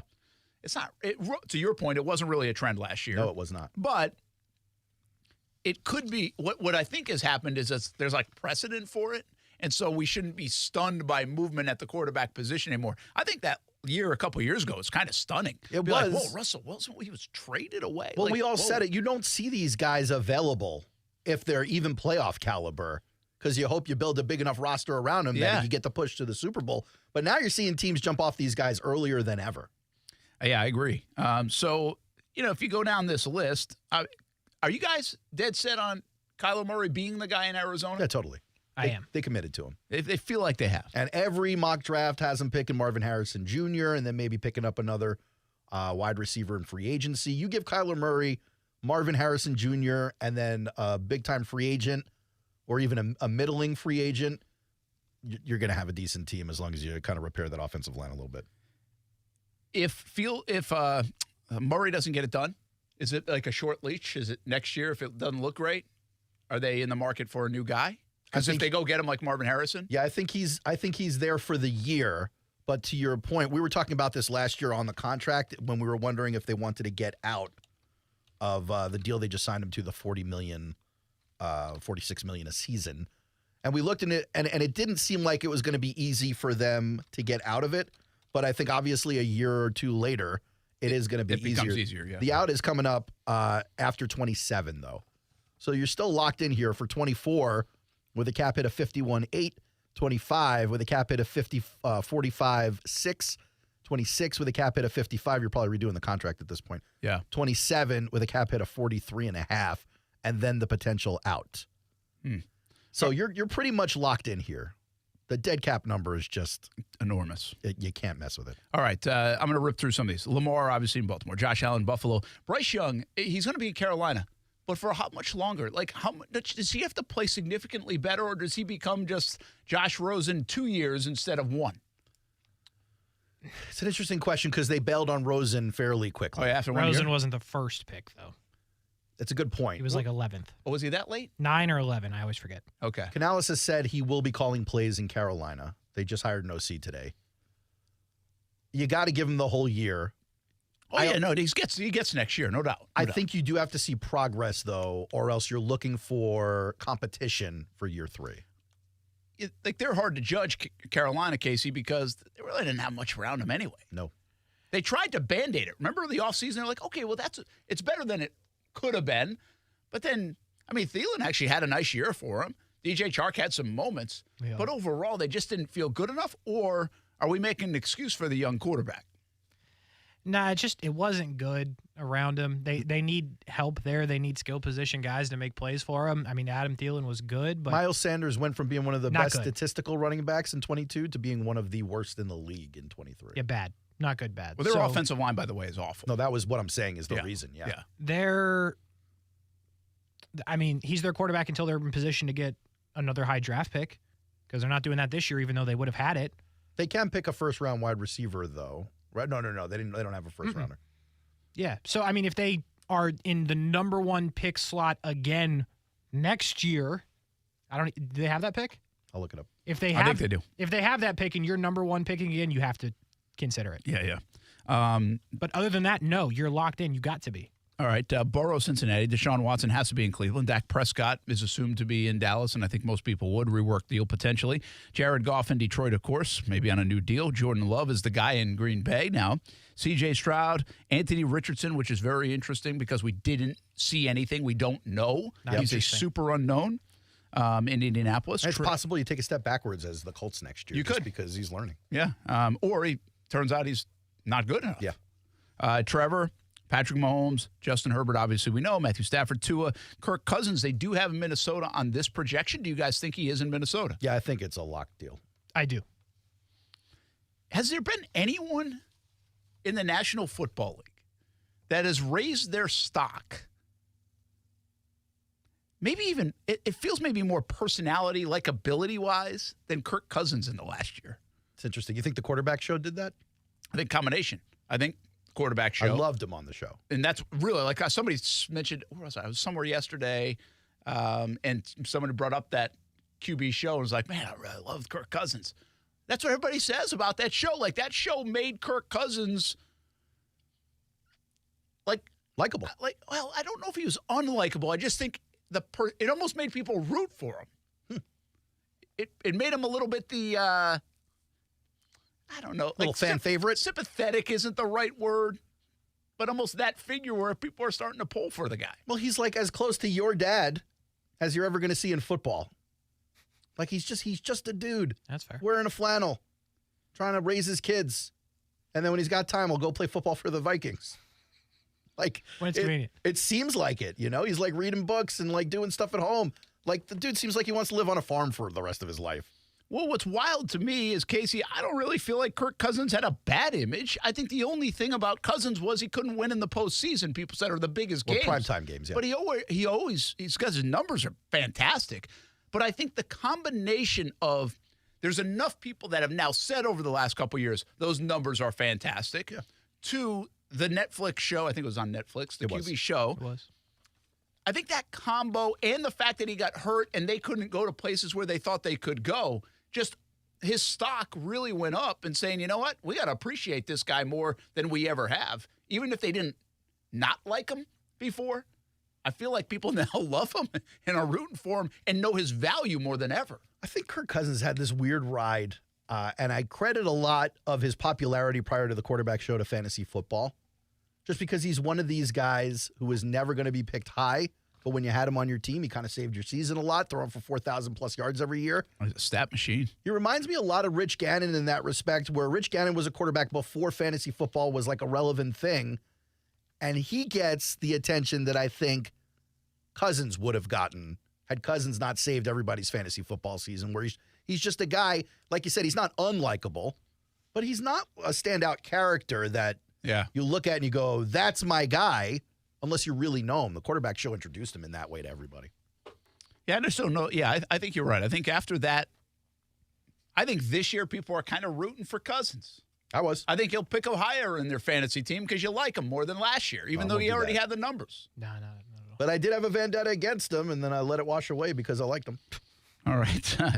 Here's someone. Is Derek Carr locked into New Orleans? Yeah, he gets too much money. And I also think he's earned another year with them. That was a rough season for him. No receivers or running backs by the end of the year, all injury-plagued. His first year with Dennis Allen, they were learning a new offense. Like, there are lots of reasons why it wasn't perfect in New Orleans. I think it gets better next year. I don't know, guys. I he's tough and all this stuff, but I feel like the book is out on Carr. And when we were there on that Thursday night game, they were booing him. They wanted him off the field. It wasn't good enough. Jameis is fun. Yeah, and I'm not saying they're rooting for Jameis. I just wonder if – I think people have pegged Derek Carr. Like, you can rattle him, and it's just not good enough to overcome some shortcomings.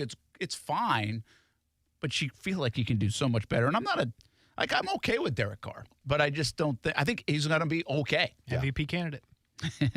In your mind. Technically, they all are. Daniel I Jones. I was right, man. Daniel Jones has to play for the Giants. Aaron Rodgers, the Jets, of course. I do think this is Daniel Jones last year with the Giants. Well, that could be. He might not get through the year. Might not. Jalen Hurts. Okay, so here's two interesting ones. Kenny Pickett, definitely the guy in Pittsburgh, according to this. Is that your amazing, guy? Especially in light of the Rooney's comments. You're talking about the lack of quarterback play he was getting from specifically Pickett and Trubisky. You know they're bringing Mason Rudolph back. You wonder how short that leash is on Kenny. Short. Now, they just hired Arthur Smith, and we all know Arthur Smith doesn't even know the quarterback plays football. They just run it all the time. Wait until I can't wait till Arthur Smith and George Pickens get together. That'll go well. That is not. Yeah, you know this is one thing here. If I was Tomlin, and I've got some juice in the organization, obviously, I'm like, guys, I ain't running it back with this guy. Like, with we Pickens, have got to Pickett. Pickett. Like, we got to do something here. We are standing in mud with what we have. Like, we're not going to chase anybody down with this quarterback roster. We have got to find a way to improve this quarterback position, or we got no chance. Now, listen, I can get you to 500. I'll get you into the playoffs, but we got no chance to go anywhere past that if this guy's my quarterback. Yeah. Like, I would almost, if I was Tomlin, walk away if that's not the case. I got to believe that's why he came back, and they're going to try to do something a little bit more, I don't know, risky, if you will, or whatever, at the quarterback position. I mean, you got options in the draft, too. You don't have to be at the top of the draft to get a rookie quarterback this year. Names like Bo Nix will be in the middle of the first round, and Michael Penix might even fall to the second round. But Like, do you need another young rookie quarterback on that team who's not going to be the guy? No, you don't. I would go with a veteran guy in some way. All right, Geno Smith. Is Geno Smith definitely the guy in Seattle? I think he has to be. It's not going to be. New coach coming in saying, hey, yeah, we're riding with Geno. At least the first year. It's a defensive guy. Russell Wilson got to play for somebody. I know. We'll get there in a minute. Brock Purdy, Baker Mayfield has earned the stripes in Tampa. We think that's happening, right? Yes. Yeah, Tampa or somewhere else. He'll get a decent contract. Will Levis in Tennessee, definitely? Yes. 100%. That's why they brought in Callahan. No doubt. All right, so now I get to on this sheet, this is why they wrote the article or did the article. And they got Russell Wilson going to Atlanta. Yeah, they have Russell Wilson going to Atlanta via getting cut from the Broncos is their prediction. But ultimately, they think he'll land in Atlanta. What do you think? I think it's a great match. Like, you don't need a 4,500-yard passer on that team. You need a guy who's not going to turn the ball over, who's mobile, who can move around, shift the pocket, and hit receivers. And Russell Wilson can do those things. All right, Casey. Caleb Williams to Chicago, which moves Justin Fields to Vegas. That's via trade, yeah. Really? Poor Justin Fields. You don't like that? No, I like it for the Bears. I feel bad for Justin Fields because nobody does good in Vegas. Okay, but Devonta Adams. Yep, nobody does good in Vegas. If you would have told me Seattle, I'd have been fired up for Justin Fields because that would work. Yeah. Vegas just doesn't, or the Raiders does not work for anybody. Okay, so Derek Carr didn't even win MVP. Jaden Daniels in New England gets drafted. Drake May drafted to Washington. I guess you can make sense out of all of those Are you guys things. both buying on Jaden Daniels, by the way? I'm not convinced. No, I am not. Yeah, I'm not either. But, I'm in on Drake May, but I though. get why New England's got to do it, right? Sure, they need a quarterback, but if I'm New England, I'm focused on moving up a spot. All right, so here's what I got. Gardner Minshew on this to Denver. I love this. What? Love it. Sean Payton only needs a technical game manager. He has one. He has a great one. Well, he had one, and then he benched him and told him he's probably letting him go. Yeah. I think Gardner is the kind of guy who you can trust not to turn the ball over too much, and then when you need him, he comes through for you.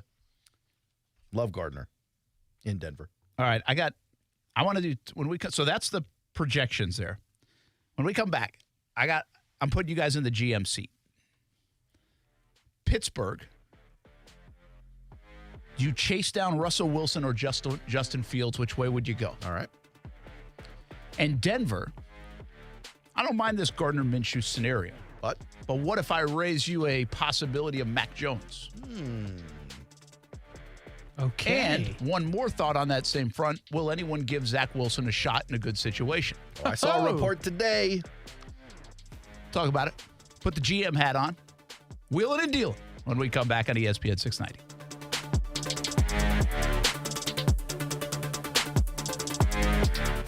Now, the First Alert forecast on ESPN 690. Cool tonight. Joanna Jack, and under clear skies, temperatures will drop into the upper 30s by morning. Partly to mostly sunny for your Thursday. Cool, but a nice afternoon high temperature between 60 and 65. From the CBS 47 and Fox 30 Action News Jack's First Alert Weather Center, I'm Chief Meteorologist Mike Burrish. The Weather Center is brought to you by Beard's Diamonds. Proud to offer a huge selection of both lab-grown and natural diamonds at the lowest prices guaranteed. I'm Mark Anajar. I'm Glenn Levine. I'm Ellie Anajar. And we're Anajar and Levine. Experience the Anajar and Levine difference by calling us with any of your legal needs. Call 1-800-747-FREE for a free consultation and take back control of your life. Main office, Jacksonville. Perfect Rack Billiards has a deal for you. 50-cent Wing Fridays during lunch. Get out of work early. Get a head start on the weekend, or just take a lunch break, 11:30 until 3 p.m. on Fridays. Every Friday, Perfect Rack Billiards with 50-cent wings for lunch on Fridays. A perfect place to stop in Murray Hill, play some pool, play some darts, maybe some shuffleboard. Now, that's a heck of a lunch break. And get those 50-cent wings on Friday just to make it better. 11:30 to 3 p.m. on Fridays at Perfect Rack Billiards. Frank, remember when Jim told you how his new energy-efficient windows from American Window Products saved money on his electric bills? How could I forget? Well, I talked to Jim, and he forgot to tell you they offered doors, too. Wait, Jacksonville's oldest family-owned window company offers doors, too? Yep, entry doors, patio doors, sliding glass doors, with the same great selection, prices, and professional installation. Got their number? 731-2247, or just visit AmericanWindowProducts.com. We're dealing at Best Bet St. Augustine, the only card room and sports bar in St. Augustine, Florida. With non-stop action, poker games of all limits, exciting tournaments and table games, and a sports bar showing all the action, Best Bet St. Augustine has you covered. Don't miss our delicious dining options, serving breakfast, lunch, and dinner, and our always popular freshly made sushi. Best Bet St. Augustine is located at 800 Marketplace Drive off exit 311, where I-95 and State Road 207 meet. Learn more at bestbetjacks.com. Denise is a Pilates instructor and a small business owner who built her own studio, so I guess that means she's kind of a real estate mogul too. And don't forget, a mom as well. And that community first, we get that. And we get you. We're here to help you live your best life by providing the financial services you need with low fees, convenience, and local decision making. So just be yourself. At Community First and on the go. Learn more at communityfirstfl.org. Member NCUA. Here's Ben and John Lupo, owners of Beards Diamonds. It's funny, my dad has sold people engagement rings, and now I'm selling their kids engagement rings and anniversary gifts and birthday gifts. We're blessed with the relationships we've built over the years. Check out our full inventory at beardsdiamonds.com. Beards Diamonds in the St. John's Town Center. O'Reilly. You've got questions? O'Reilly Auto Parts has answers. Need a pro you can trust? We've got that too. No matter what you need, our professional parts people have the training and expertise to help you do things right. Deep automotive knowledge. Just one part that makes O'Reilly stand apart. The professional parts people. O'Reilly Auto Parts. For the ones who get it done, the most important part is the one you need now. And the best partner is the one who can deliver. That's why millions of maintenance and repair pros trust Grainger. Because we have professional-grade supplies for every industry, even hard-to-find products. And we have same-day pickup and next-day delivery on most orders. But most importantly, we have an unwavering commitment to help keep you up and running. Call, click Grainger.com, or just stop by. Grainger, for the ones who get it done. Hey, it's Brent Martineau from Action Sports Jacks. Did you know you can watch our radio show? Yeah, video of a radio show. Just search ESPN 690 Jacks on Facebook, YouTube, and Twitter. Or follow me on Twitter at Brent A.S. Jacks. Watch the show live weekdays from 3 p.m. until 6 p.m. or listen on ESPN 690.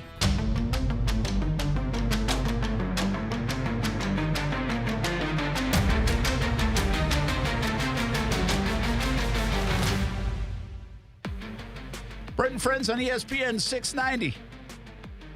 Brent Martineau, Aaron Schachter, Kasey Kuhrts. There was a moment in the last segment where I just took a peek up at the air conditioning vent, and then I peeked at Kasey on camera, and he's like, "Oh yeah, I saw you." I'm here until about midnight tonight. Oh yeah, just looking at the ceiling the whole time. Oh no, I'm loading that sucker up with fake snakes for tomorrow. Or real ones. I want to be perfectly clear. If a fake snake comes out of the roof, everything we just talked about in the last break will go on the air. Yeah. Oh, yeah, buddy. Yeah, you do have to watch Kasey on that kind of stuff. I believe him. Yeah. Play with me. Kasey, does your card work tomorrow? Nope. Didn't work it in the building. It's not gonna. Well, that you will never feel the fake snakes. That's what I'm talking about. Brent Martineau, Aaron Schachter, Kasey Kuhrts. All right, so I put you guys in the GM seat. And so I'm going to make you the GM of the Pittsburgh Steelers, Aaron. Okey-doke. I'm going to make you the GM of the Denver Broncos. Crappy job. Just bad job. Which one would you rather have? Which job? Steelers or the Broncos? I want to be the Steelers. Steelers in that. Oh, sorry. Good job security with Steelers. Ian's got a good roster in that. Freaking cold in Pittsburgh. I got to deal with Sean Payton. Like it's kind of fun living out in Colorado. Is it? You go to Franco Harris's bar, have some Sambuca. That's what the boys did when we went to Pittsburgh. All right, so let's start with the Broncos. Oh, cool. I like this team. Right? This projection says go get Gardner Minshew. So let's start here. You're the GM. Are you trying to rework Russell Wilson, or is that thing over? Well, since my coach told him he wasn't good enough to play here, I think I'm going to have to just live with that. But, yeah, I'm fine with letting Russ go. It is what it is. I'd like to trade him. I don't really want to cut him. Yeah, it was kind of a loud story, so I kind of agree with you, right? It's like, it's too loud of a story. We got to move on from that story. We got to go find stuff. Mm-hmm. And it's not like that unbelievable. We had a great year for us. We got him to play well, but we know he's on the downside. He's nowhere near what he used to be. It doesn't feel like it, so that's cool. All right. What's out there to go get? Is it a young player? that you draft, or is it like this situation where you go trade for a good backup in Gardner Minshew? Go get Bo Nix. No, I want Justin Fields. Is that on the table? It can be. Yeah. I want Justin Fields. Yeah. What? So I'm calling the Bears. You got to trade, yeah. Oh, yeah, I'm trading. Absolutely. But if they want to make that first pick, they're looking to get off of Fields. What are you trading for Fields? Because I saw people saying they don't think they're going to get more than a third or like at most a second for him. I thought that was wild and amazing. If a second is like basically overpaying is what you're telling me, I'll give him a second and a fourth and a sixth. Yeah. Okay, so you're heavy on them. But let's just say they don't want to make that kind of investment. And we go back. I'm the GM. I know, but you couldn't get the deal done. Chicago's not trading him. Oh, okay. I was like, wait a minute now. I'll get it done.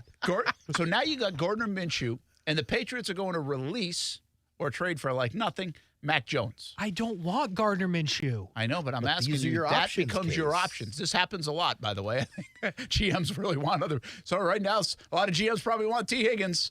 Yeah, you're starting Stidham or you're going after one of these guys. Hey, if I play Stidham, I got a real shot at whoever the number one quarterback is next year. But, okay, Mac Jones. Or Gardner.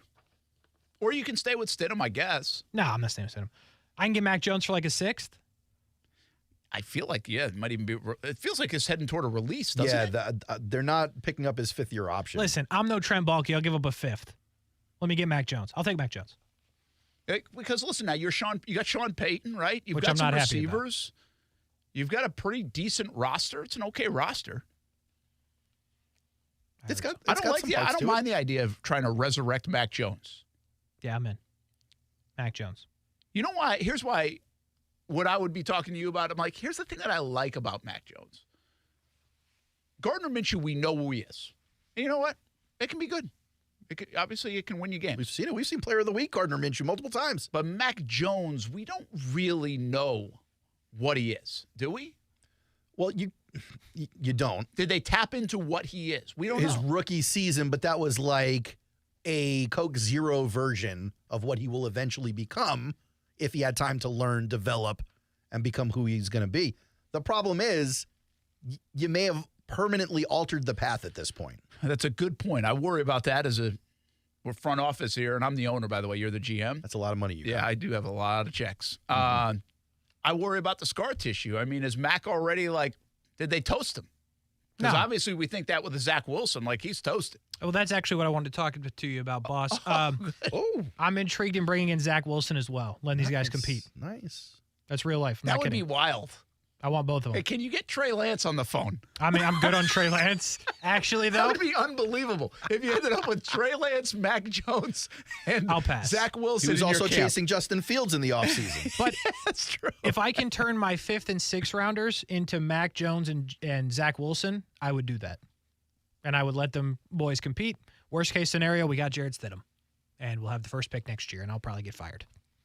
But I went for it. So that's what I would do. That's I like it. All right, let's go to the Steelers. Steelers. You want Jared Stidham? Kenny Pickett. How do we like him?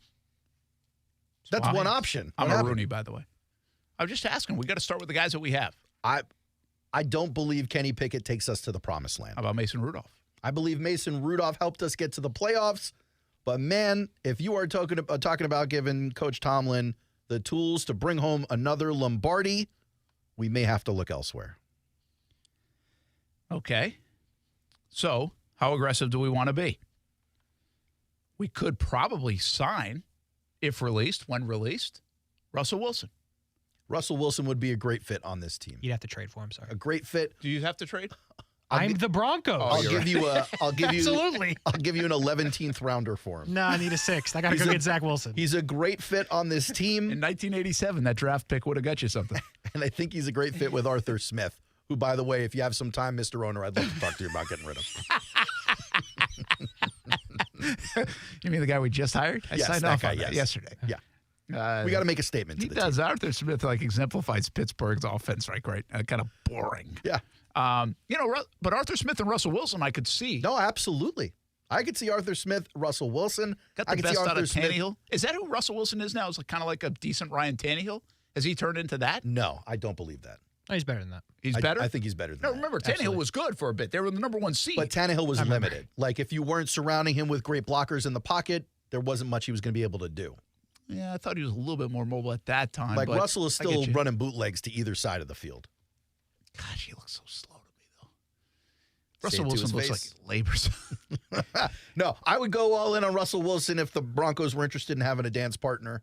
Okay, so then I want to bring this up because I'm the owner and I'm getting old. All right. I don't even know who they were. And you are old. We can go get Russell Wilson, or do we make a play for the future of the franchise and ask the Chicago Bears for Justin Fields?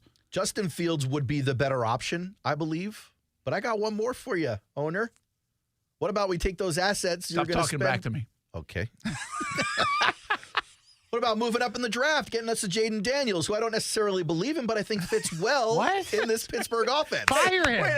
Wait, ask the owner. Pittsburgh offense. I don't believe in this, but how about we do it?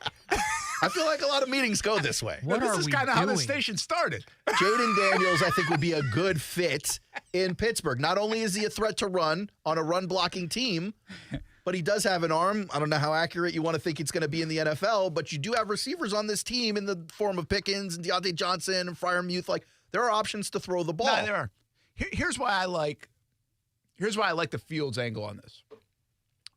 Now, I do think the Fields stuff probably is costly. To your point, Jaden Daniels, what's less costly in terms of moving up draft capital? I think Fields is probably less costly. Maybe Fields is less. Fields has experience. I'm a little ahead of the clock. Yes. He does. He's not like scar tissue galore like with Zach Wilson and Mac Jones. He's had some positive things and good stuff. He's got stuff to clean up. And this is where I'm going to get. I believe a guy like Justin Fields, this is where I went here for this whole conversation. I feel like Mike Tomlin gets the best out of that young man. Interesting, because I don't disagree with that, but I also don't think he hits the ground running on a new team in a new organization. That's fair. Which is perfect timing, because you're redoing that contract after this season. And so you're looking at him going, hey, man, you're good. We want you here forever, just not at $40 million a year.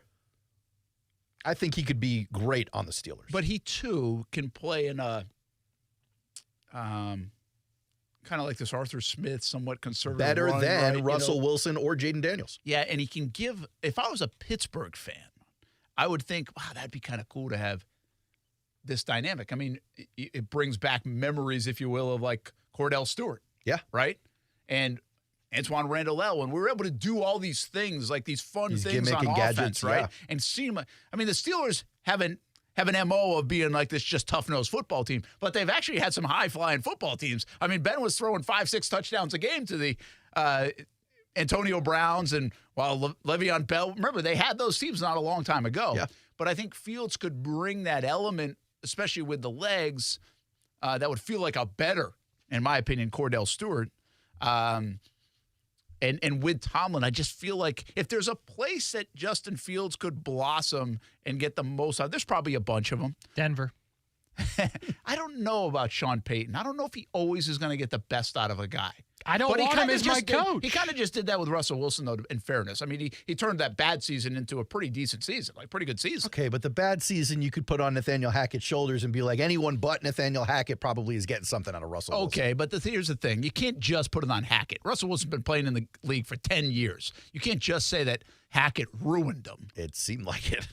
I think it's got to be. And it wasn't just Russell. It was the whole team. And Russell has to own some of that, though. Like, the offense was not smooth at all. The plays weren't getting put in time. Like, there were problems all over that. I get it. It starts with Hackett. There's no doubt. But I think there's also, like, this wasn't a third-year quarterback. This guy played forever. Like, sure. You're telling me that Hackett would have ruined, like, Brady? It's possible, yeah. I don't know. You're talking about, look, this is a guy who is known around the league for having a complex offensive system that he is rigid with and refuses to adapt. So what do we land on in Pittsburgh? I would take Fields. I actually think Fields isn't, like, if you're talking about Russell Wilson, Gardner Minshew, Mac Jones, and Justin Fields, Fields to me is the answer in all of the equations. Yeah. But the question becomes investment. It's what like, are you how willing much to give up? Yeah, what are you going to give up? For Justin Fields, I honestly think a second rounder is a bargain. I'm giving up a second. I would agree with that. You're talking about a guy that was in, like, MVP daydream conversations at the beginning of last season before it started. And there are some really things. See, when I ask you guys, like, hey, do we know Mac Jones' ceiling? I think the answer is no. We don't even know if we'll ever even come close to seeing the ceiling. We don't even know his Zach baseline. Wilson. Yeah, we don't. But what I kind of like about Fields as a GM or another team or even Chicago, and this might be why they like him, is he got some experience, but I've seen like ceiling-type plays and play for even multiple weeks on end, to your point about early MVP kind of stuff. And then I've also seen the floor. And the floor, if we do this around him and we don't set up, isn't good. So you've got that's on you to figure out. Yeah. Like that's on your coaching staff to figure out, to eliminate the floor or raise the floor. But I do think we've seen some of the ceiling. I mean, there are times in the course of a season, the last 2 years, people are raving about Justin Fields. And then like 2 weeks later, it's like, well, they got to go get Caleb Williams. I mean, seriously, that's the way it's been. But I can't think of too many other quarterbacks that have had such wild swings like that. Yeah, that's why I like him, though. There's opportunity for optimism. There's reason to not like that because of inconsistency. Yes. But I think there's a lot of blame to go on the organization in that department. Well, that's the league we work in. You go like, all right, I'm going to do it better than that guy did it. Yeah. So, yeah, I agree with you. Listen, Fields to me would be a very good investment. I think he's fine in Chicago. I'd keep him in Chicago.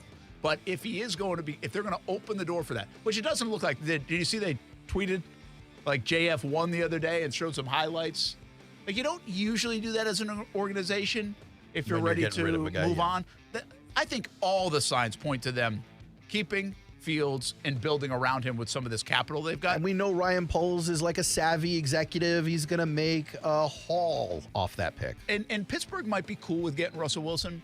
I'd love to see Pittsburgh. If I'm a Steelers fan, I'd love to see them try to go get a guy like Fields. The thing you got to love about that pick, by the way, is that when you trade it to whomever wants it for Caleb, you're talking about a team that could possibly turn their fortunes around within 2 seasons. So if you're taking 3 years worth of first rounders from them, you could potentially get a, decent pick from them or whatever, but you're looking at a couple of good picks for a couple of years while you're already good. I mean, the whole thing just lines up perfect for them. Yeah, it really does. We'll be back, put a bow on the show. Brent and Friends on ESPN 690. Brent and Friends is sponsored by Best Bet, now open in St. Augustine. Start the year with a new or used vehicle at Nimnick Buick GMC. New year, new truck. There are trucks, and then there's the truck, the GMC Sierra. I love mine, and you can save up to $10,000 off select new GMC Sierra 1500s and enjoy rates as low as 0.9% APR financing. Try a Terrain or Acadia with rates as low as 1.9% APR for well-qualified buyers. Used car? Well, try the Car Bravo program. Nimnick certifies all makes and models. NimnickBuickGMC.com or the showroom off Phillips Highway. GMC, we are professional grade. Here we grow again. Terry Norvell here from the Young and Norvell Show, announcing our new expanded hours as we are now on weekdays from 11 a.m. to 1 p.m. That's right. You now have a standing lunch date with me and my broadcast partner, former Gators basketball star and current SEC network analyst Patrick Young, every weekday for 2 solid hours from 11 a.m. to 1 p.m. on ESPN 690. You supply the lunch. We provide the most compelling sports talk in town. Find out for yourself weekdays 11 a.m. to 1 p.m. Catch the Young and Norvell Show on ESPN 690. Make 2024 the year you reclaim your mobility, reclaim your independence, walk and run and play and live without the danger and trauma of surgery and without harmful drugs. All you have to do is give QC Kinetics a call and get a free consultation to get rid of those achy joints. 904-274-5522 in Mandarin and in Ponte Vedra in the Jacksonville area. Hey, everybody, it's Brent Martineau. Listen, the state of healthcare is always changing. The old ideas like steroids and surgery are no longer your only option. So if you have the knee pain, back pain, shoulder pain, maybe it's from arthritis or injury, don't let this pain keep you from living your best life. QC Kinetics advanced state-of-the-art treatments harness and direct your body's natural ability to restore and repair damaged joint tissue. This is a revolutionary approach that can get you long-term relief with no downtime. All you have to do is call QC Kinetics for a free consultation, 904-274-5522. 904-274-5522. 904-274-5522. Rich Jones here. Investing can be more about just filling a bank account. It's about having a secure retirement, protecting your family. Let DLP Capital help you to protect your why. Here's CEO and founder Don Wenner. I started DLP Capital with an expectation that I could provide my family, my investors, my team members, and the families of my investors with awesome returns, limited volatility, and no losses, all while providing desperately needed affordable housing to the American workforce. To get your investor's guide and learn more, dial **invest on your cell phone or visit highyieldreturns.net. Hey folks, Now that the kids and grandkids have gone home and the decorations are coming down, I can see that it's time to get my carpets and sofas cleaned. That's where Zero Res comes in. Zero Res can clean the carpets, the sofa, the chairs, the area rugs, and even the tile and grout. Google Zero Res and see what your neighbors are saying with over 5,000 5-star customer reviews. Right now, get 20% off carpet cleaning and 20% off upholstery cleaning. Zero Res spelled forward or backwards, it's the right way to clean.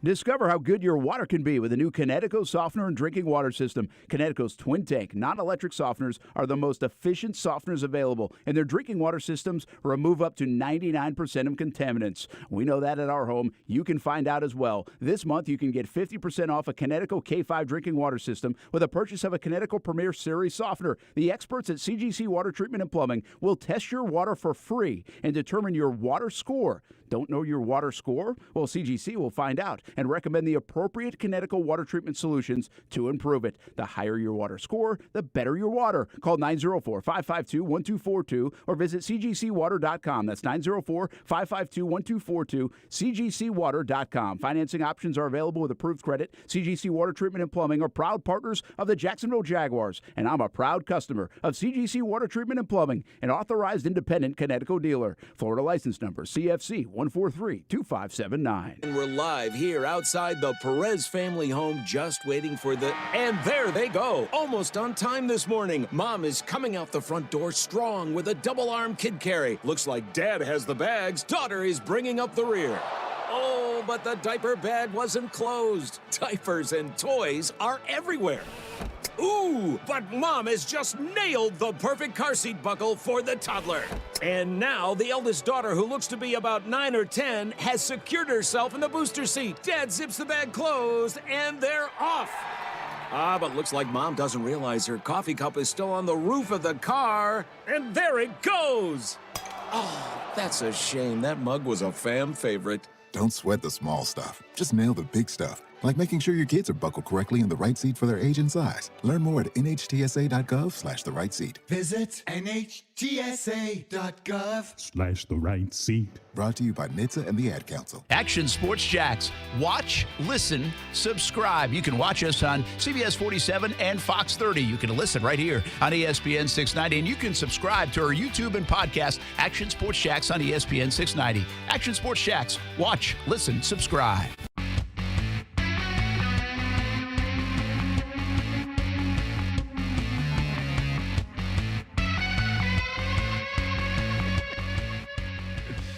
Oh, man, what a time. What a time. What a time to be alive, boys. Snakes in the roof. Again. There are a lot of things going on. A lot happening. I call it action. We got action around here. I Action like sports. Jacks. Anything to add? No. Okay. Brent Martineau, Aaron Schachter, Kasey Kuhrts, Wednesday evening. We got Inside Seminoles basketball tonight here on ESPN 690 at 7 o'clock. Oh, yeah. The Noles almost beat North Carolina the other day. You know, I'm a little bit more in tune with college hoops this year on a national level at this time than I've been. Why so? I asked myself that, and I think... I said self. I did say self. I wish I did that because I was like that. I think a lot of it's, listen, this time last year, the Jags had just wrapped. That's true. Well, I shouldn't say that. Now it's a week and a half old. But we're still like. Riding high a little bit. I mean, the Jags feel like the season ended now 3 months ago. 3 months ago. And so I just find myself now putting on TV and watching North Carolina, Georgia Tech last night, the end of it. I'm not catching games front to back, but I feel like I'm catching glimpses of it. A little bit more in tune with what's going on. We had some major upsets across college basketball. It's got me excited about March Madness a little bit more, and I think that's more of an internal thing because I'm in tune with it more. Again, we cover UNF and JU. We kind of know the story here in the A-Sun, but honestly, I don't watch Gator games front to back like some people do in town. Gator hater case. I've been paying attention to Florida State. I think Leonard Hamilton's done another good job of building this team and getting it better and better. But I think we're going to have like a really good college basketball tournament. I can't wait till we get to March Madness and we finally do the pizza bracket we've been talking about for 2 years. This will be the first March Madness bracket I bet money on. Like, that's not like an office pool. Oh. I'm going to have an app, yeah. Oh, you're going to be screwed. Of course. Bro's got no chance. I got no chance. He's got. Can you 5-leg parlay in March 16, Madness? Can you 16-leg parlay? Ooh. Every winner? $5 pays out $3 million. Let's go. How about that first day, right? I mean, what do you got? How many games? How many? 32 games in the first 2 days? No, because you got 2 extra, don't you? Well, you do that Tuesday, Wednesday. Yeah. Okay. You So can yes, be a you're little right. prep. You're right, Brent. But you can go 16 games, 16-game parlay on Thursday. Can you go that high? Wild. Yeah, sure. Yes, you can. You can go as high as you want? Unless Is Hard there a Rock cap? stops it at 10. You can I in doubt some it. places. I bet they let you go through the first round, yeah. It'd be smart, too. They're going to take a lot of people's money. Like yours. So much fun. Yeah, you're Like gonna mine. really enjoy it. Oh, yeah. I love losing money. It's the best. You're good at it, man. I'm great at it. It's a gift. I'm an all-pro spender. It is amazing. If you think about it, it's amazing how big March Madness is, that a lot of people don't pay attention to college hoops until the selection Yeah, show. it's transcended its own sport. It's Yeah. a happening. The World Cup is kind of like this, too, here in America. Well, in a sense, though, maybe it shouldn't be that alarming because the Super Bowl's like it. But I don't think the Super Bowl transcends football. I get people watching who aren't football fans, but there's other things around the game, like the commercials and the halftime show. March Madness is just hoops. Well, that's good. Good call. But, yeah, I think you're right. It does transcend because everybody will do, oh, sure, I'll do a bracket. Yeah, I totally. pick my favorite colors. Or like the favorite mascots. We're And they going win. to That's the B-Dubs person for wins. lunch or Yeah. something. Yeah. Yeah. The same thing with the World Cup to me. It's like they don't really care about soccer here, but they get so excited when it's time to wave the flags. Yeah, that's a good point. There are some things like that, and March Madness certainly is. Inside Seminoles basketball coming up tonight on ESPN 690. Back at it tomorrow, 3 p.m. as well on ESPN 690. Casey survived the show You don't need that screen, buddy. without a snake falling. Hey. Have a good night, everybody.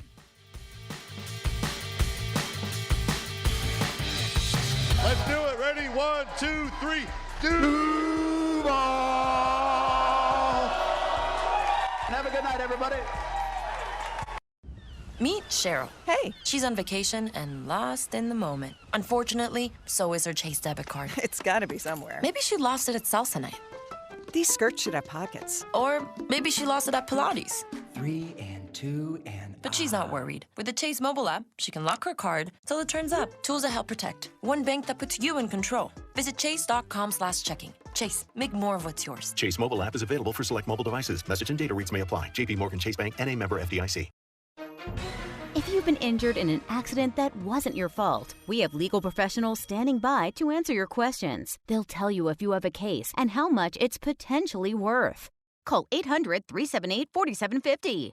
So if you've been injured in an accident and think you deserve compensation, call now. Find out if you have a case and how much it's potentially worth.